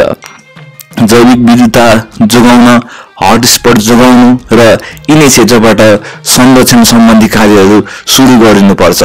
यस मानीमा चितवन राष्ट्रिय निकुञ्जको जैविक विविधतामा गम्भीर असर पर्ने कुनै कुरा गर्नु पूर्व वातावरणीय प्रभाव मूल्याङ्कन गरिनुपर्छ। जैविक विविधता महासन्धिको राष्ट्रिय रूपमा कार्यान्वयन गर्न हामी प्रतिबद्ध छौं र यो महासन्धिले तय गरेको कार्यक्रम र रणनीतिहरूको राष्ट्रिय रूपमा अनुसरण गरेर नै हामीले विश्वव्यापी रूपमा भइरहेको पारिस्थितिक प्रणालीको स्वास्थ्यमा पारिरहेको भयावह पूर्ण प्रभाव विशेषतः भूमि र जलस्रोतको प्रयोगमा आएको परिवर्तन, जीवजन्तुको प्रत्यक्ष दोहन, जलवायु परिवर्तन, प्रदूषण, गैरैथाने मिचाहा प्रजातिको प्रकोप नियन्त्रणमा मार्फत र प्रजातिहरूको विनाशलाई रोक्न नेपालको तर्फबाट सानै भए पनि योगदान दिन सक्छौं। माथि चर्चा गरिएका मध्ये पछिल्लो अन्तर्राष्ट्रिय दस्तावेज जलवायु परिवर्तन सम्बन्धमा गरिएको पेरिस सन्धि 2015 हो। यो सन्धि पारिस्थितिक प्रणाली मात्र नभई पृथ्वीकै स्वास्थ्यसँग जोडिएको अत्यन्त महत्त्वपूर्ण महासन्धि हो। यो महासन्धिले पृथ्वीमा बढिरहेको तापक्रमको कारण सम्पूर्ण जीव र चराचरकै महाविनाश हुन सक्ने सम्भावनालाई हेरेर प्रत्येक राष्ट्रले के गर्न सक्छन् भन्ने सम्बन्धमा स्वैच्छिक प्रतिबद्धता माग गर्दछ। हामीले स्वैच्छिक रूपमा अन्तर्राष्ट्रिय समुदाय समक्ष प्राकृतिक सम्पदाको व्यवस्थापन, कम कार्बन उत्सर्जन गर्ने विकास नीतिको अवलम्बन मार्फत जलवायु परिवर्तनको सामना गर्न सक्ने आर्थिक सामाजिक विकासलाई अनुसरण गर्न वचनबद्धताको व्यक्त गरेका छौं। प्राकृतिक सम्पदा मध्ये वन क्षेत्रको नीतिमा कार्बन स्टक बढाउने, उत्सर्जन घटाउने, चुरिया र तराई क्षेत्रमा वन विनाश रोक्ने, संरक्षित क्षेत्रमा सहकार्य बढाउने र सम्पदा संरक्षण र व्यवस्थापनमा भूतह दृष्टिकोण landscape approach on resource conservation and management अपनाउने कुराहरू परेका छन्, जस निम्ति पनि निकुञ्ज र अन्य संरक्षित क्षेत्रको उचित व्यवस्थापन तथा जैविक विविधताको संरक्षणको कार्ययोजना महत्त्वपूर्ण हुन्छ। यी विभिन्न महासन्धिको पक्ष राष्ट्र भएको कारण तिनका व्यवस्थाहरू पालना गर्नुपर्ने दायित्व त छँदैछ। सन्धि ऐन 2049 को दफा 9 को व्यवस्थाको कारण महासन्धिका प्रावधानहरूले नेपाल कानूनको हैसियत प्राप्त गरिसकेको कुरा पनि यहाँ मननीय छ। चितवन राष्ट्रिय निकुञ्जको संरक्षण सम्बन्धमा महासन्धिका व्यवस्थाहरूको पालना गर्नुपर्ने कानूनी दायित्वबाट नेपाल विमुख हुन सक्ने अवस्था छैन। संक्षेपमा चितवन राष्ट्रिय निकुञ्जको संरक्षण सम्बन्धी चुनौतीहरू अनेक छन्। ती प्रत्यक्ष र परोक्ष दुवै छन्। प्रत्यक्ष चुनौतीहरू दृष्टिगोचर छन्, तर परोक्ष चुनौतीहरू राष्ट्रिय र अन्तर्राष्ट्रिय स्तरमा सृजित छन्। ती हामीले अंगीकार गरेको कानूनी पद्धति र विश्व समुदाय समक्ष गरेको प्रतिबद्धताहरूको कारण ती चुनौतीहरू सिर्जित छन्, जसलाई वहन गर्नबाट नेपाल राष्ट्र अब पछि हट्न सक्ने अवस्था देखिँदैन। चुनौतीहरूकै श्रृङ्खलाको रूपमा पछिल्लो समयमा निकुञ्ज क्षेत्रभित्रबाट सडक निर्माण पनि निकुञ्जले बेहोर्नु परेको अवस्था देखिन्छ। प्रस्तुत निवेदन पनि चितवन राष्ट्रिय निकुञ्ज क्षेत्रभित्रबाट सडक निर्माण गरी निकुञ्जलाई खण्डीकृत गर्न लाग्यो र यसबाट सार्वजनिक हक र सरोकारमा असर पर्न लाग्यो भनी परेको छ। निवेदनमा ठोरी हुँदै नवलपरासीको त्रिवेणी जोड्ने झन्डै 30 किलोमिटर बाटो बनाउनको लागि र यसभन्दा अगाडि 68-69 मा ठोरीदेखि चितवनको माडी, जगतपुर, मेघौली, कोलवा, बहुवन हुँदै त्रिवेणी जोड्ने हुलाकी बाटोको नक्सा स्वीकृत भएको भन्ने खुल्न आएको उक्त योजनालाई परिवर्तन गरी राप्ती नदीको किनारे चितवन राष्ट्रिय निकुञ्ज बीचबाट सिधै त्रिवेणी निकाल्ने गरी हुलाकी बाटो बनाउन लागेको भन्ने आदि कुराहरू उठाइएको छ। प्रस्तुत निवेदन यस अदालतमा विचाराधीन रहँदै हाल हुलाकी राजमार्ग अन्तर्गत ठोरी माडी भरतपुर सडक खण्डको वातावरणीय प्रभाव मूल्याङ्कन प्रतिवेदन नेपाल सरकार मन्च स्तरबाट 75/10/17 मा स्वीकृत भएको भन्ने पत्र इजलासलाई महाधिवक्ताको कार्यालय मार्फत प्राप्त हुन आएको छ। यसबाट निकुञ्जभित्रबाट सडक निर्माणको मुद्दा अरू पेचिलो बनेको छ। त्यसैले यो विषयमा चर्चा गर्ने सन्दर्भमा सडक निर्माणको कारण चितवन राष्ट्रिय निकुञ्जले विगतमा के कस्तो चुनौती बेहोर्नु परेको छ, अहिलेको चुनौती के हो भन्ने चौथो प्रश्नबारे विवेचना गर्नु यहाँ आवश्यक देखिन्छ। चितवन राष्ट्रिय निकुञ्ज कायम गरिएको क्षेत्रभित्र विगतमा बस्ती रहेको र हाल पनि निकुञ्जभित्र माडीमा मानव बस्ती रहेको वा निकुञ्जभित्र धार्मिक स्थल रहेको कारण वा राष्ट्रिय रूपमा नै सडक सञ्जाल विस्तार, रेलमार्ग निर्माण वा विद्युतीय प्रसारण लाइन निर्माण आदिका कुराहरू विगतमा उठेको र ती विषयहरू युनेस्को अन्तर्गतको विश्व सम्पदा समितिको ध्यान आकृत भएको देखिन्छ। उदाहरणका लागि कसारामा राप्ती नदीमाथि पुल र प्रसारण लाइन निर्माण गर्न लागेको विषयलाई लिएर प्रकृति संरक्षणको लागि अन्तर्राष्ट्रिय सङ्घ IUCN ले सन् 2002 को डिसेम्बर महिनामा नेपालको भ्रमण गरी प्रतिवेदन दिएको। सो प्रतिवेदनमा नै नेपाल सरकारलाई माडी उपत्यकाका जनताले आवागमनको लागि प्रयोग गर्ने सडकलाई माडी भन्दा बाहिरका जनताले प्रयोग गर्ने चलन चल्तीको बाटोको रूपमा प्रयोग नगर्ने प्रत्याभूति दिन अनुरोध गरिएको पाइन्छ। IUCN ले सन् 2004 सम्म सो कार्य गरिए नगरिएको अनुगमन गर्दै रहेको कुरा पनि उल्लेख छ। त्यसैगरी सन् 2014 मा निकुञ्ज क्षेत्रबाट पर्ने गरी नयाँ सडक र रेलमार्ग निर्माण गर्ने कुरा पुनः उठेपछि सन् 2015 को जुन महिनामा युनेस्को काठमाडौँ र IUCN नेपालले निकुञ्ज क्षेत्रको स्थलगत भ्रमण गरेको। सो क्रममा पूर्वाधार निर्माणका अन्य कयौं योजनाहरू नीति निर्माणको तहमा विचाराधीन रहेको जानकारीमा आएको उल्लेख गर्दै ती सबै आयोजनाहरू कार्यान्वयन हुने हो भने निकुञ्ज 8 देखि 10 भागमा खण्डीकृत हुन्छ भन्ने प्रतिवेदन IUCN ले दिएको पाइन्छ। IUCN ले सो प्रतिवेदन दिएपछि जर्मनीको बोनमा 2015 मा बसेको विश्व सम्पदा समितिको 39औं बैठकले IUCN ले उठाएका माथि उल्लेख गरेका कुराहरू बारे विमर्श गर्दै र पूर्व पश्चिम विद्युतीय रेलमार्ग र हुलाकी सडक अप्टिकल फाइबर आयोजना र वाल्मीकि आश्रम र त्रिवेणी धाम जोड्ने झुलुङ्गे पुल समेतको निर्माण गरिएमा निकुञ्ज खण्डीकृत भई गैडा, बाघ, हात्ती, गौरी गाई जस्ता दुर्लभ वन्यजन्तुको वासस्थानमा असर पर्ने र चोरी सिकारी बढ्ने बारे गम्भीर सरकार राख्दै ती कुराहरूको निर्माण गर्नु अघि वातावरणीय प्रभाव मूल्याङ्कन गराई प्रस्तावित निर्माणले सम्पदामा पार्ने असर र उपलब्ध विकल्पको बारेमा समेत सो प्रतिवेदन IUCN बाट पुनरावलोकन गराउन नेपाल सरकारलाई अनुरोध गरेको पाइन्छ। तत्पश्चात विश्व सम्पदा समितिले पछिल्लो स्थिति बुझ्न IUCN लाई अनुरोध गरे बमोजिम IUCN ले 2016 जनवरी 14 देखि 21 मार्चसम्म पुनः चितवन राष्ट्रिय निकुञ्जको भ्रमण गरी बुझिएको प्रतिवेदनमा माडी सडक बारे आफ्नो 2002 को प्रतिवेदनमा उल्लेखित माथिको अंशबारे पुनः स्मरण गर्दै विश्व सम्पदा सूचीमा रहेको चितवन राष्ट्रिय निकुञ्ज लगायतका नेपालका सम्पदाहरूको हैसियत र विकासका प्रस्तावहरूले ती सम्पदा OUV को हैसियतमा पार्ने प्रभाव बारे सचेतना बढाउन सरकारका विभिन्न निकाय र मन्त्रालयहरू बीच सञ्चार र समन्वय बढाउनु पर्ने सुझाव दियो। भरतपुर ठोरी सडकको हकमा माडी उपत्यकाका जनताको शिक्षा, स्वास्थ्य र अन्य सुविधामा पहुँच बढाउन चितवन राष्ट्रिय निकुञ्जको सम्पदा क्षेत्र बाहिर स्तरीयकरण गर्न अनुमति दिँदै निकुञ्जको क्षेत्रभित्र सडक फराकिलो पार्ने, स्तरीयकरण गर्ने आदि कार्य नगर्न नेपाललाई सिफारिस गर्यो। सो प्रतिवेदनको सम्बन्धित अंश त्यहाँ बमोजिम छ। The mission recommends that the state party upgrades parts of the Bharatpur Thori road that are located outside the property in order to improve access to the educational, health and other facilities to the communities in the Madi Valley, while ensuring that any upgrading or widening of those parts of the road that are located inside the property shall not be permitted, maintaining current restrictions on the use of the road between 22 o'clock and 6 o'clock, and that the road will not be used as a thoroughfare, especially for transportation of commercial goods to destinations beyond Thori.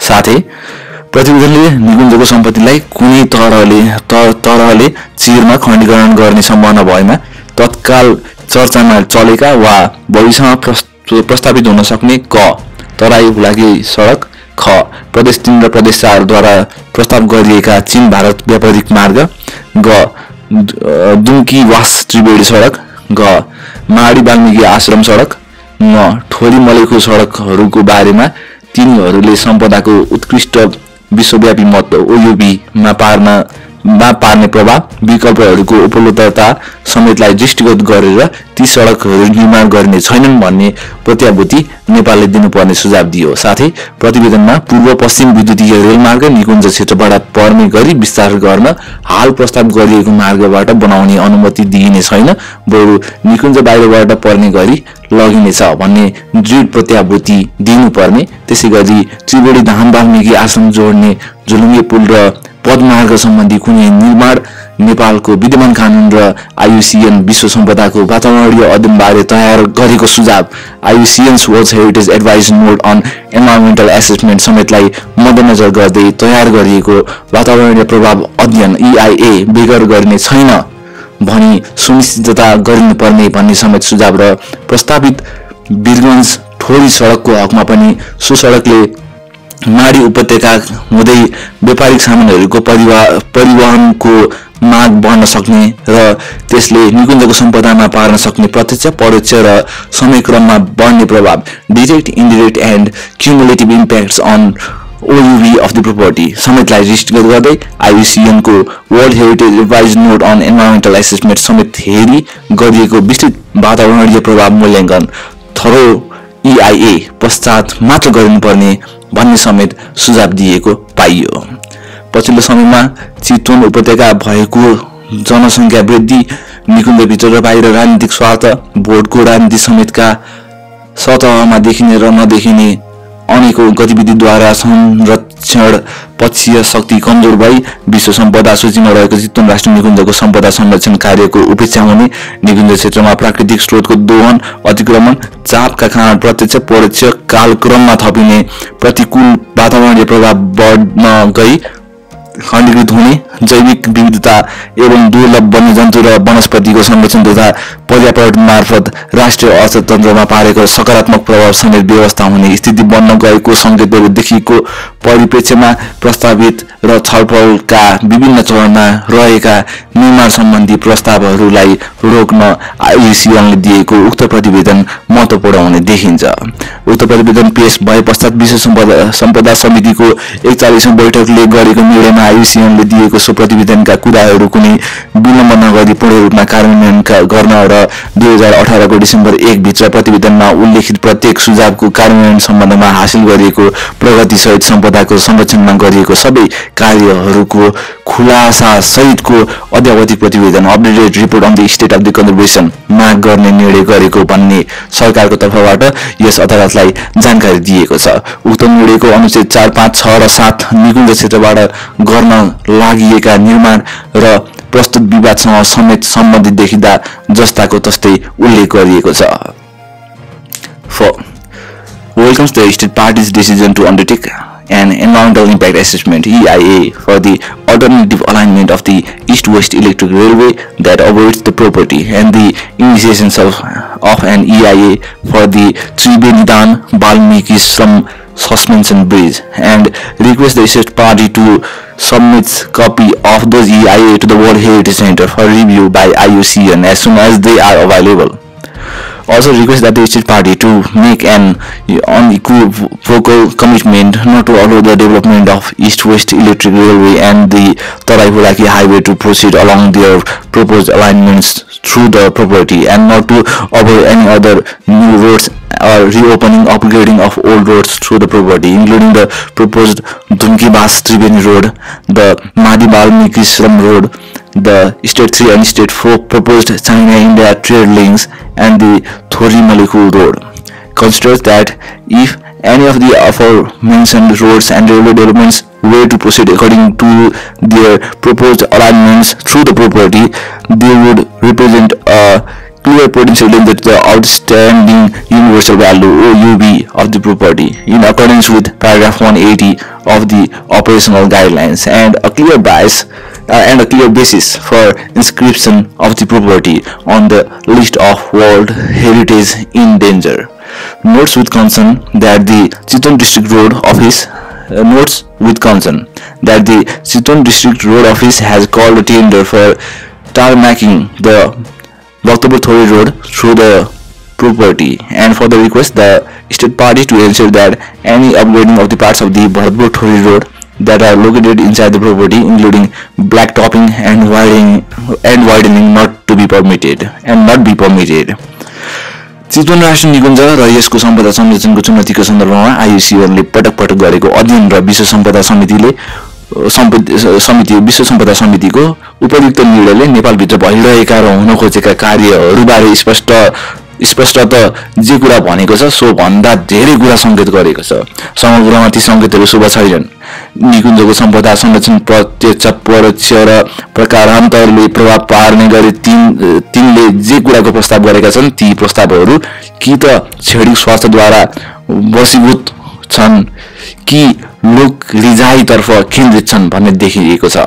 निकुञ्ज क्षेत्रमा निर्माण बारे नीतिगत तहमा गरिएका कुराहरूले न त संविधानद्वारा आवरण गरिएको अन्तर्पुस्ता समन्वयको अर्थ बुझ्दछन्, न त पर्यावरणीय दिगो विकासको अवधारणा र मर्म पछ्याउन सक्छन्, न त वातावरणीय संरक्षणमा पूर्व सावधानी र पूर्व सूचित सहमतिको सिद्धान्तको अनुसरण गर्दछन्, न त तिनले नेपालको अन्तर्राष्ट्रिय समुदाय समक्ष गरेको वचनबद्धताको के महत्त्व छ र एउटा सुसंस्कृत सभ्य र लोकतान्त्रिक मुलुकले ती वचनबद्धताहरू कसरी पालन गर्नुपर्छ भन्नेतर्फ सरोकार राख्दछन्। राज्यद्वारा संस्थापित निकायहरू संरक्षण गर्ने भन्ने कर्तव्यप्रति उदासीन त छँदैछन्, तर अदालतलाई पनि ढाक्न र छल्नमा उद्धत देखिन्छन्। उदाहरणका लागि प्रस्तुत निवेदनमा पनि निकुञ्जमा सडक निर्माण गर्न लागि भनी मिति 2068-9-25 यस अदालतमा रिट दर्ता भएपछि एक न्यायाधीशको इजलासबाट 2068-9-27 चितवन राष्ट्रिय निकुञ्जभित्र ठोरीदेखि त्रिवेणीसम्मको बाटो बनाउन लागि भन्ने सञ्चार माध्यममा आएको र अहिलेसम्म सरकारका सम्बद्ध निकायबाट खण्डन नभएको भन्दै रिट निवेदनको टुङ्गो नलागेसम्म सो बाटो नबनाउनु, सो बाटो सम्बन्धी सम्पूर्ण कुराहरू यथास्थितिमा राख्नु भनी अन्तरिम आदेश जारी भएको रहेछ। तत्पश्चात पर्सा जिल्लाको ठोरीदेखि चितवन राष्ट्रिय निकुञ्ज हुँदै नवलपरासी जिल्लाको त्रिवेणीसम्म बाटो निर्माणको लागि कुनै पनि निकायले सम्भाव्यता अध्ययन तथा वातावरणीय प्रभाव मूल्याङ्कन गर्न यस मन्त्रालयसँग माग गरेको छैन। कुनै पनि कार्य गर्न अधिकार प्राप्त अधिकारीबाट कुनै संस्था वा व्यक्तिलाई अनुमति दिएको छैन।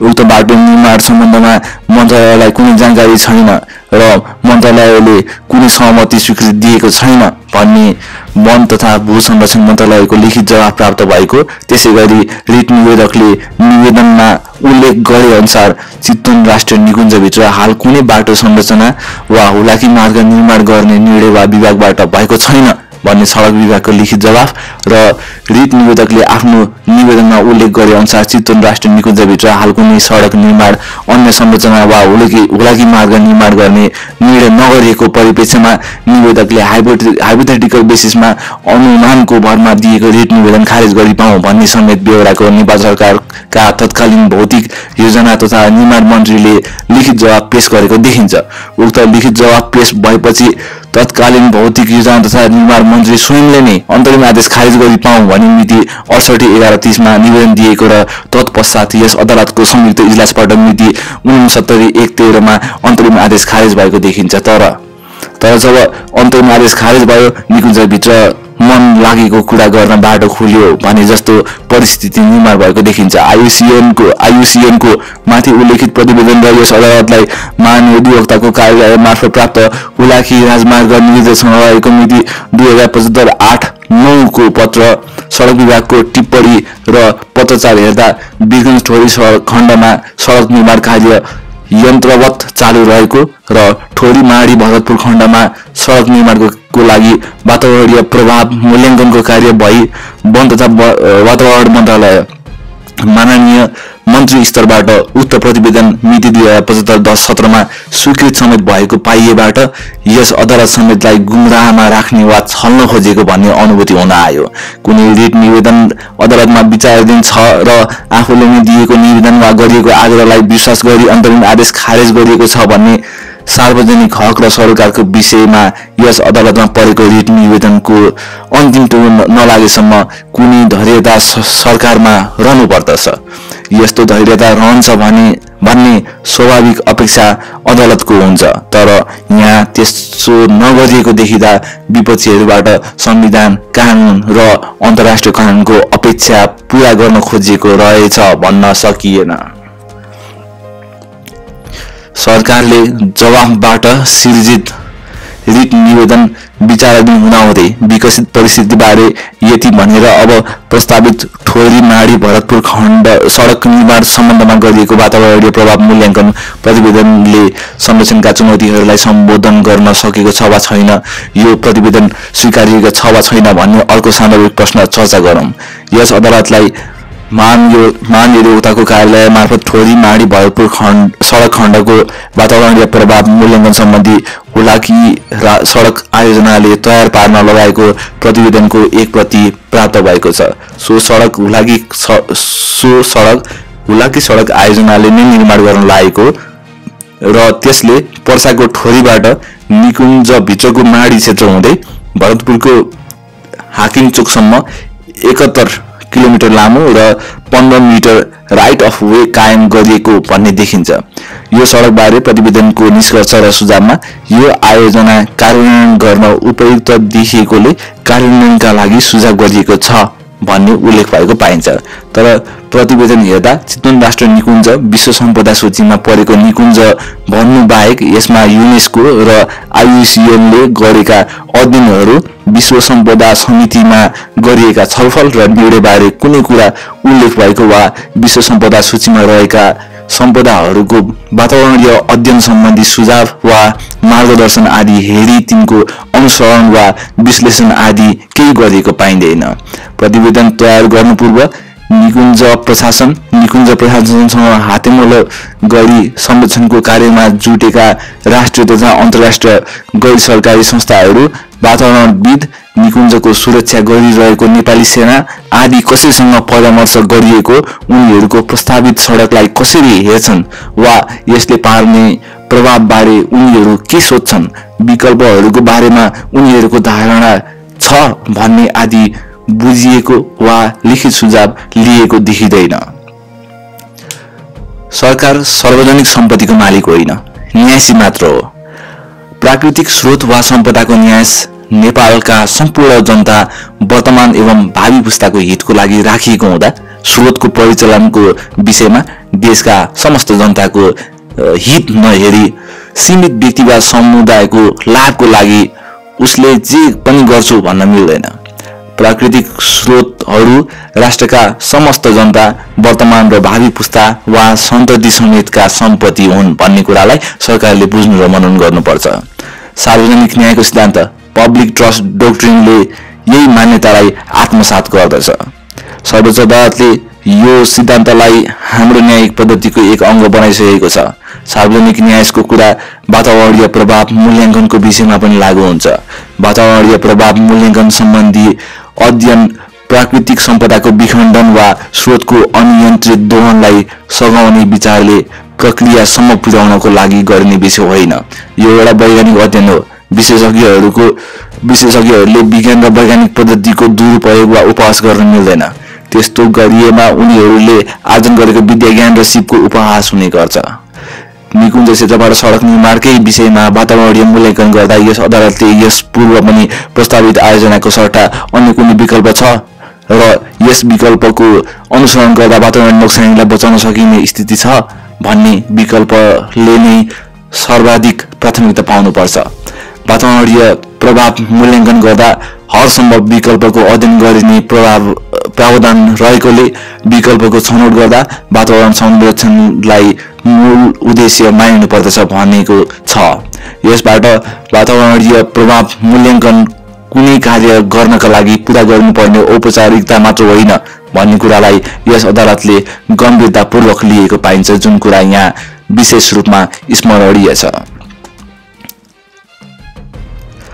उपर्युक्त सन्दर्भमा अदालतले प्राप्त गरेको ठोरी माडी भरतपुर सडकको वातावरणीय प्रभाव मूल्याङ्कन सम्बन्धी अध्ययन प्रतिवेदन हेर्दा सो प्रतिवेदनले राष्ट्रिय निकुञ्ज तथा वन्यजन्तु संरक्षण ऐन 2029 को दफा 2 को क न्यग 1 दफा 3 को ख दफा 5 दफा 15 को ग दफा 22 दफा 26 समेतका व्यवस्थाहरूको, त्यसै गरी वातावरण संरक्षण ऐन 2053 को दफा 2 को 6 ट दफा 6 दफा 7 को 1 दफा 9 का व्यवस्थाहरूबारे हेक्का राखेको वा तिनको मर्मबारे विश्लेषण गरेको पाइएन। प्रतिवेदन यस अदालतमा चलिरहेको विवादमा उठेको प्रश्नहरू वा यस अघि यस अदालतबाट प्रतिपादित सिद्धान्तहरू वा विश्व सम्पदा समितिका निर्णय र आयुसिएनले पटक दिएका सुझावहरूबारे पूर्णतः बेखबर रहेको पाइयो। प्रतिवेदनको अनुहारबाट नै यो प्रतिवेदन सडक निर्माणलाई औपचारिक अनुमति दिन तयार गरिएको एउटा नितान्त एकपक्षीय, अपूर्ण, अधुरो र स्तरहीन प्रतिवेदन देखिँदा यसलाई स्वीकार गर्न सकिने अवस्था देखिएन। त्यसैले यो प्रतिवेदन स्वीकार गर्ने वन तथा वातावरण मन्त्रालय माननीय मन्त्री स्तरको मिति 2075-10-17 को निर्णय समेत त्रुटिपूर्ण देखिन आयो।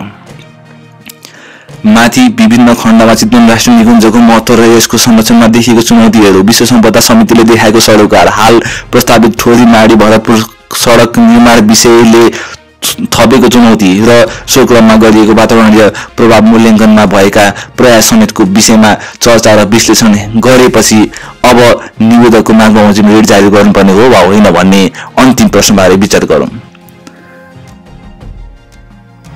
प्रस्तुत रिट निवेदन नेपालको अन्तरिम संविधानको धारा 107 को 2 अन्तर्गत दर्ता भएको र निवेदन विचाराधीन रहेको अवस्थामा नेपालको संविधान जारी भएको अवस्था छ। नेपालको संविधानको धारा 133 को उपधारा 2 र 3 अन्तर्गत सार्वजनिक हक र सरोकारको विषयमा उचित उपचार प्रदान गर्ने र विवादको टुङ्गो लगाउने असाधारण अधिकार यस अदालतलाई रहेको छ। विवादको टुङ्गो लगाउने क्रममा रिट निवेदनमा उल्लेखित कुरामा मात्र सीमित नरही रिट निवेदन यस अदालतमा विचाराधीन हुँदाको अवस्थामा विकसित परिस्थितिको समेत विश्लेषण गरी उपयुक्त समाधान पत्ता लगाउन सक्ने नै हुन्छ। यसो गर्नु यस अदालतको अधिकार मात्र होइन, समाजमा न्याय सुनिश्चित गर्ने संवैधानिक दायित्व समेत हो। व्यक्तिहरू रहरले अदालत आउँदैनन्, तर जब न्यायका सबै ढोकाहरू बन्द वा अवरुद्ध हुन्छन् उनीहरू अदालत प्रवेश गर्दछन्। सार्वजनिक सरोकारको निवेदन त आवाज हराएका, आफै आफ्नो कुरा भन्न नसक्ने व्यक्ति र समुदायको तर्फबाट पेश गरिएको निवेदन र अदालतलाई दिएको सूचना र वातावरणीय न्यायको सन्दर्भमा यो त सम्पूर्ण प्राणी चराचरको तर्फबाट गरिएको याचना हो। वातावरणीय न्यायको सन्दर्भमा अदालतहरूबाट हिमाल, नदीनाला, वन, जंगल र प्रकृतिको पनि बाँच्न पाउने अधिकार हुन्छ। उनीहरूको अखण्डतामा नोक्सान पार्ने कार्यहरू गर्नु हुँदैन भनी आदेशहरू जारी भइसकेको अवस्था समेत छ। प्रकृतिको अस्तित्व र यसको स्वास्थ्यमा मानव मात्रको अस्तित्व र स्वास्थ्यको अनुन्यासले सम्बन्ध रहेको सन्दर्भमा प्राप्त सूचना समेतको माध्यमबाट अदालतले विषयवस्तुको गहिराईसम्म पुग्ने र उपयुक्त समाधान पहिल्यै सार्वजनिक हक हितको रक्षा गर्नुपर्ने हुन्छ। नेपालमा भइरहेको जनसङ्ख्या वृद्धि र गरिबी, अव्यवस्थित बसोबास समेतको कारण प्राकृतिक स्रोत र सम्पदा उप जुन रूपमा चाप बढेको छ, मानव र वन्यजन्तु बीच वासस्थान वा खाद्यान्नको संरक्षण र जगेर्नका निम्ति जुन प्रतिस्पर्धाको सिर्जना भएको छ र परिणामस्वरूप प्राकृतिक स्रोतको अनियन्त्रित दोहन र जैविक विविधताको विनाश जुन रफ्तारमा भइरहेको छ, त्यसलाई रोक्नु जरुरी छ। पर्वतीय मुलुक भएको कारण जैविक विविधता र वातावरणको संरक्षणमा यसै पनि हामीहरूले अनेकौं चुनौती र विपदहरूको सामना गरिरहेका हुन्छौं। पछिल्लो समयमा सिर्जित जलवायु परिवर्तनको चापले वातावरणीय परिस्थितिलाई अरु जटिल बनाएको छ। यी सबै कुराहरूलाई दृष्टिगत गरी योजनाबद्ध संरक्षणका प्रयासहरू मार्फत हामीले संविधानद्वारा प्रत्याभूत स्वच्छ तथा स्वास्थ्य वातावरणको अधिकारलाई संरक्षण गर्दै संविधानद्वारा आकांक्षित पर्यावरणीय दिगो विकासको अवधारणालाई व्यवहारमा परिणत गर्नु अत्यावश्यक भइसकेको छ। प्रस्तुत विवादको सन्दर्भमा निकुञ्जभित्रको बस्ती र दक्षिणी सीमामा रहेको ठोरीका जनताका शिक्षा, स्वास्थ्य, रोजगारी समेतका सुविधामा पहुँचका कुराहरू उठेका छन्। ती मागहरू अवश्य पनि जायज हुन्, तर तिनको समाधान गर्दा सडक निर्माण र विस्तार मात्र एउटा विकल्प मात्र हुन सक्दैन। निकुञ्जभित्रका बस्ती भएको कारणले संरक्षणमा चुनौती उत्पन्न भएको हो भने ती वस्तुहरूको स्थानान्तरण गरेर पनि ती सम्पदाहरूको संरक्षणतर्फ सोच्न सकिन्छ। विगतमा पनि चितवनमा पदमपुरको मानव बस्ती स्थानान्तरण भएको दृष्टान्त छँदैछ भने अब पनि सो हुन सक्दैन भन्ने छैन। स्थानान्तरण गर्दा अन्यत्र पनि घरबास भएका वा कृषिमा आधारित नरही अर्को पेशा अँगालेका जनताहरूलाई कानुन बमोजिम नगद क्षतिपूर्ति र कृषिमा आधारित किसान, आदिवासी, विभिन्न जनताहरूलाई जग्गाको सट्टा जग्गा नै क्षतिपूर्ति दिने विकल्प अपनाई स्थानान्तरणको चाप घटाएर पनि गर्न सकिने हुन्छ।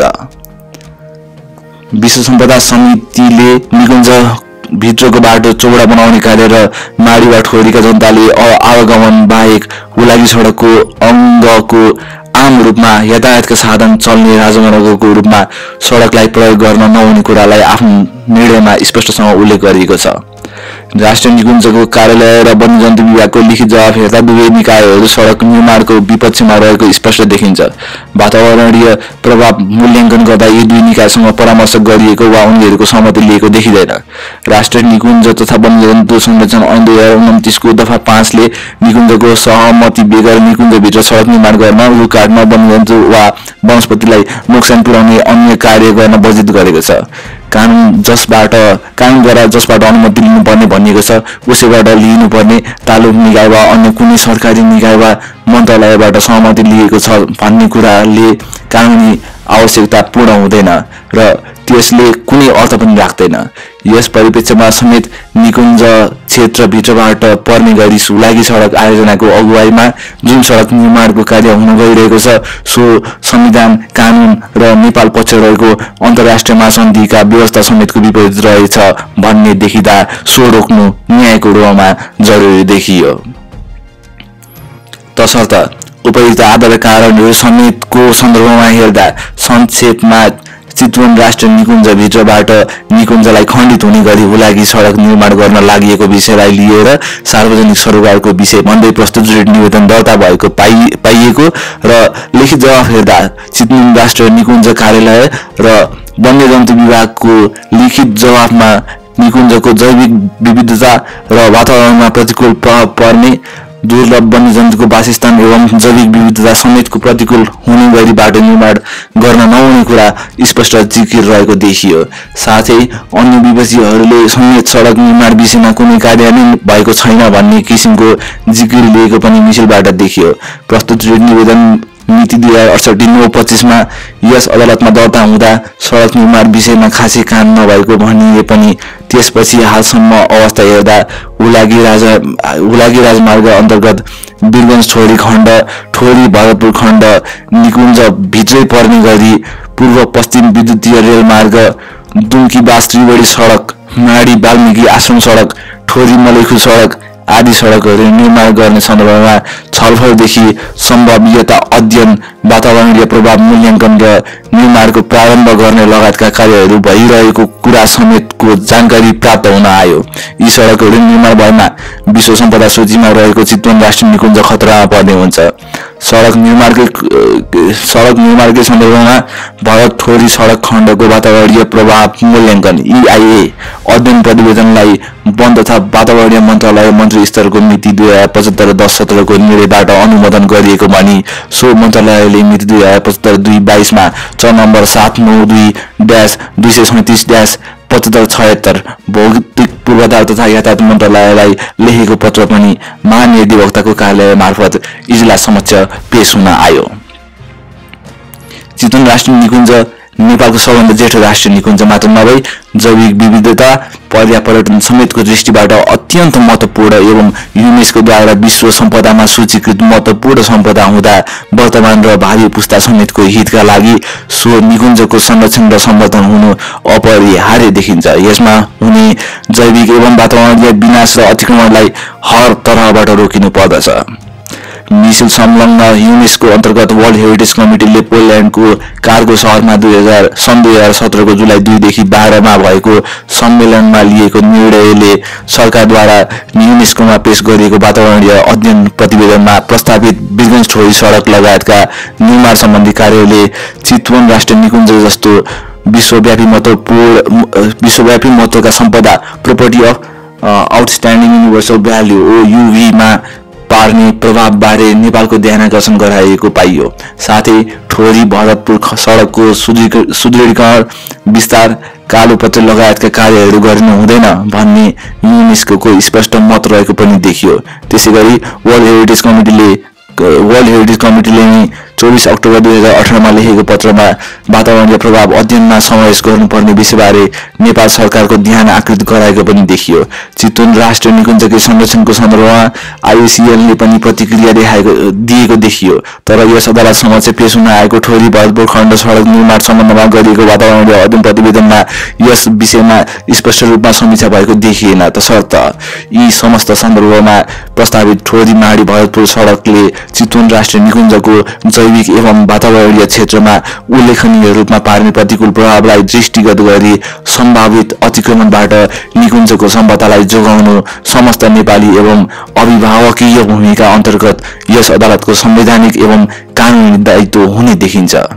यसो गरिनु नेपालले विश्व समुदाय समक्ष गरेको वचनबद्धता अनुरूप समेत हुने हुँदा हाल गरिएको वातावरणीय प्रभाव मूल्याङ्कन सम्बन्धी प्रतिवेदन र सो प्रतिवेदन स्वीकार गर्ने वन तथा वातावरण मन्त्रालयको 2075-10-17 को मन्त्र स्तरीय निर्णय त्रुटिपूर्ण देखिँदा सोलाई उत्प्रेषणको आदेशले बदर गरिदिएको छ। अब कानुनद्वारा स्थापित चितवन राष्ट्रिय निकुञ्ज कार्यालय युनेस्को लगायत सदोकारवाला निकायहरूको परामर्श र सहमतिमा गरिएको वातावरणीय प्रभाव अध्ययनले अनुमति नदिएसम्म चितवन राष्ट्रिय निकुञ्जभित्र पर्ने गरी सडक निर्माण सम्बन्धी कुनै कार्य नगराउनु भनी यो परमादेशको आदेश जारी गरिदिएको छ।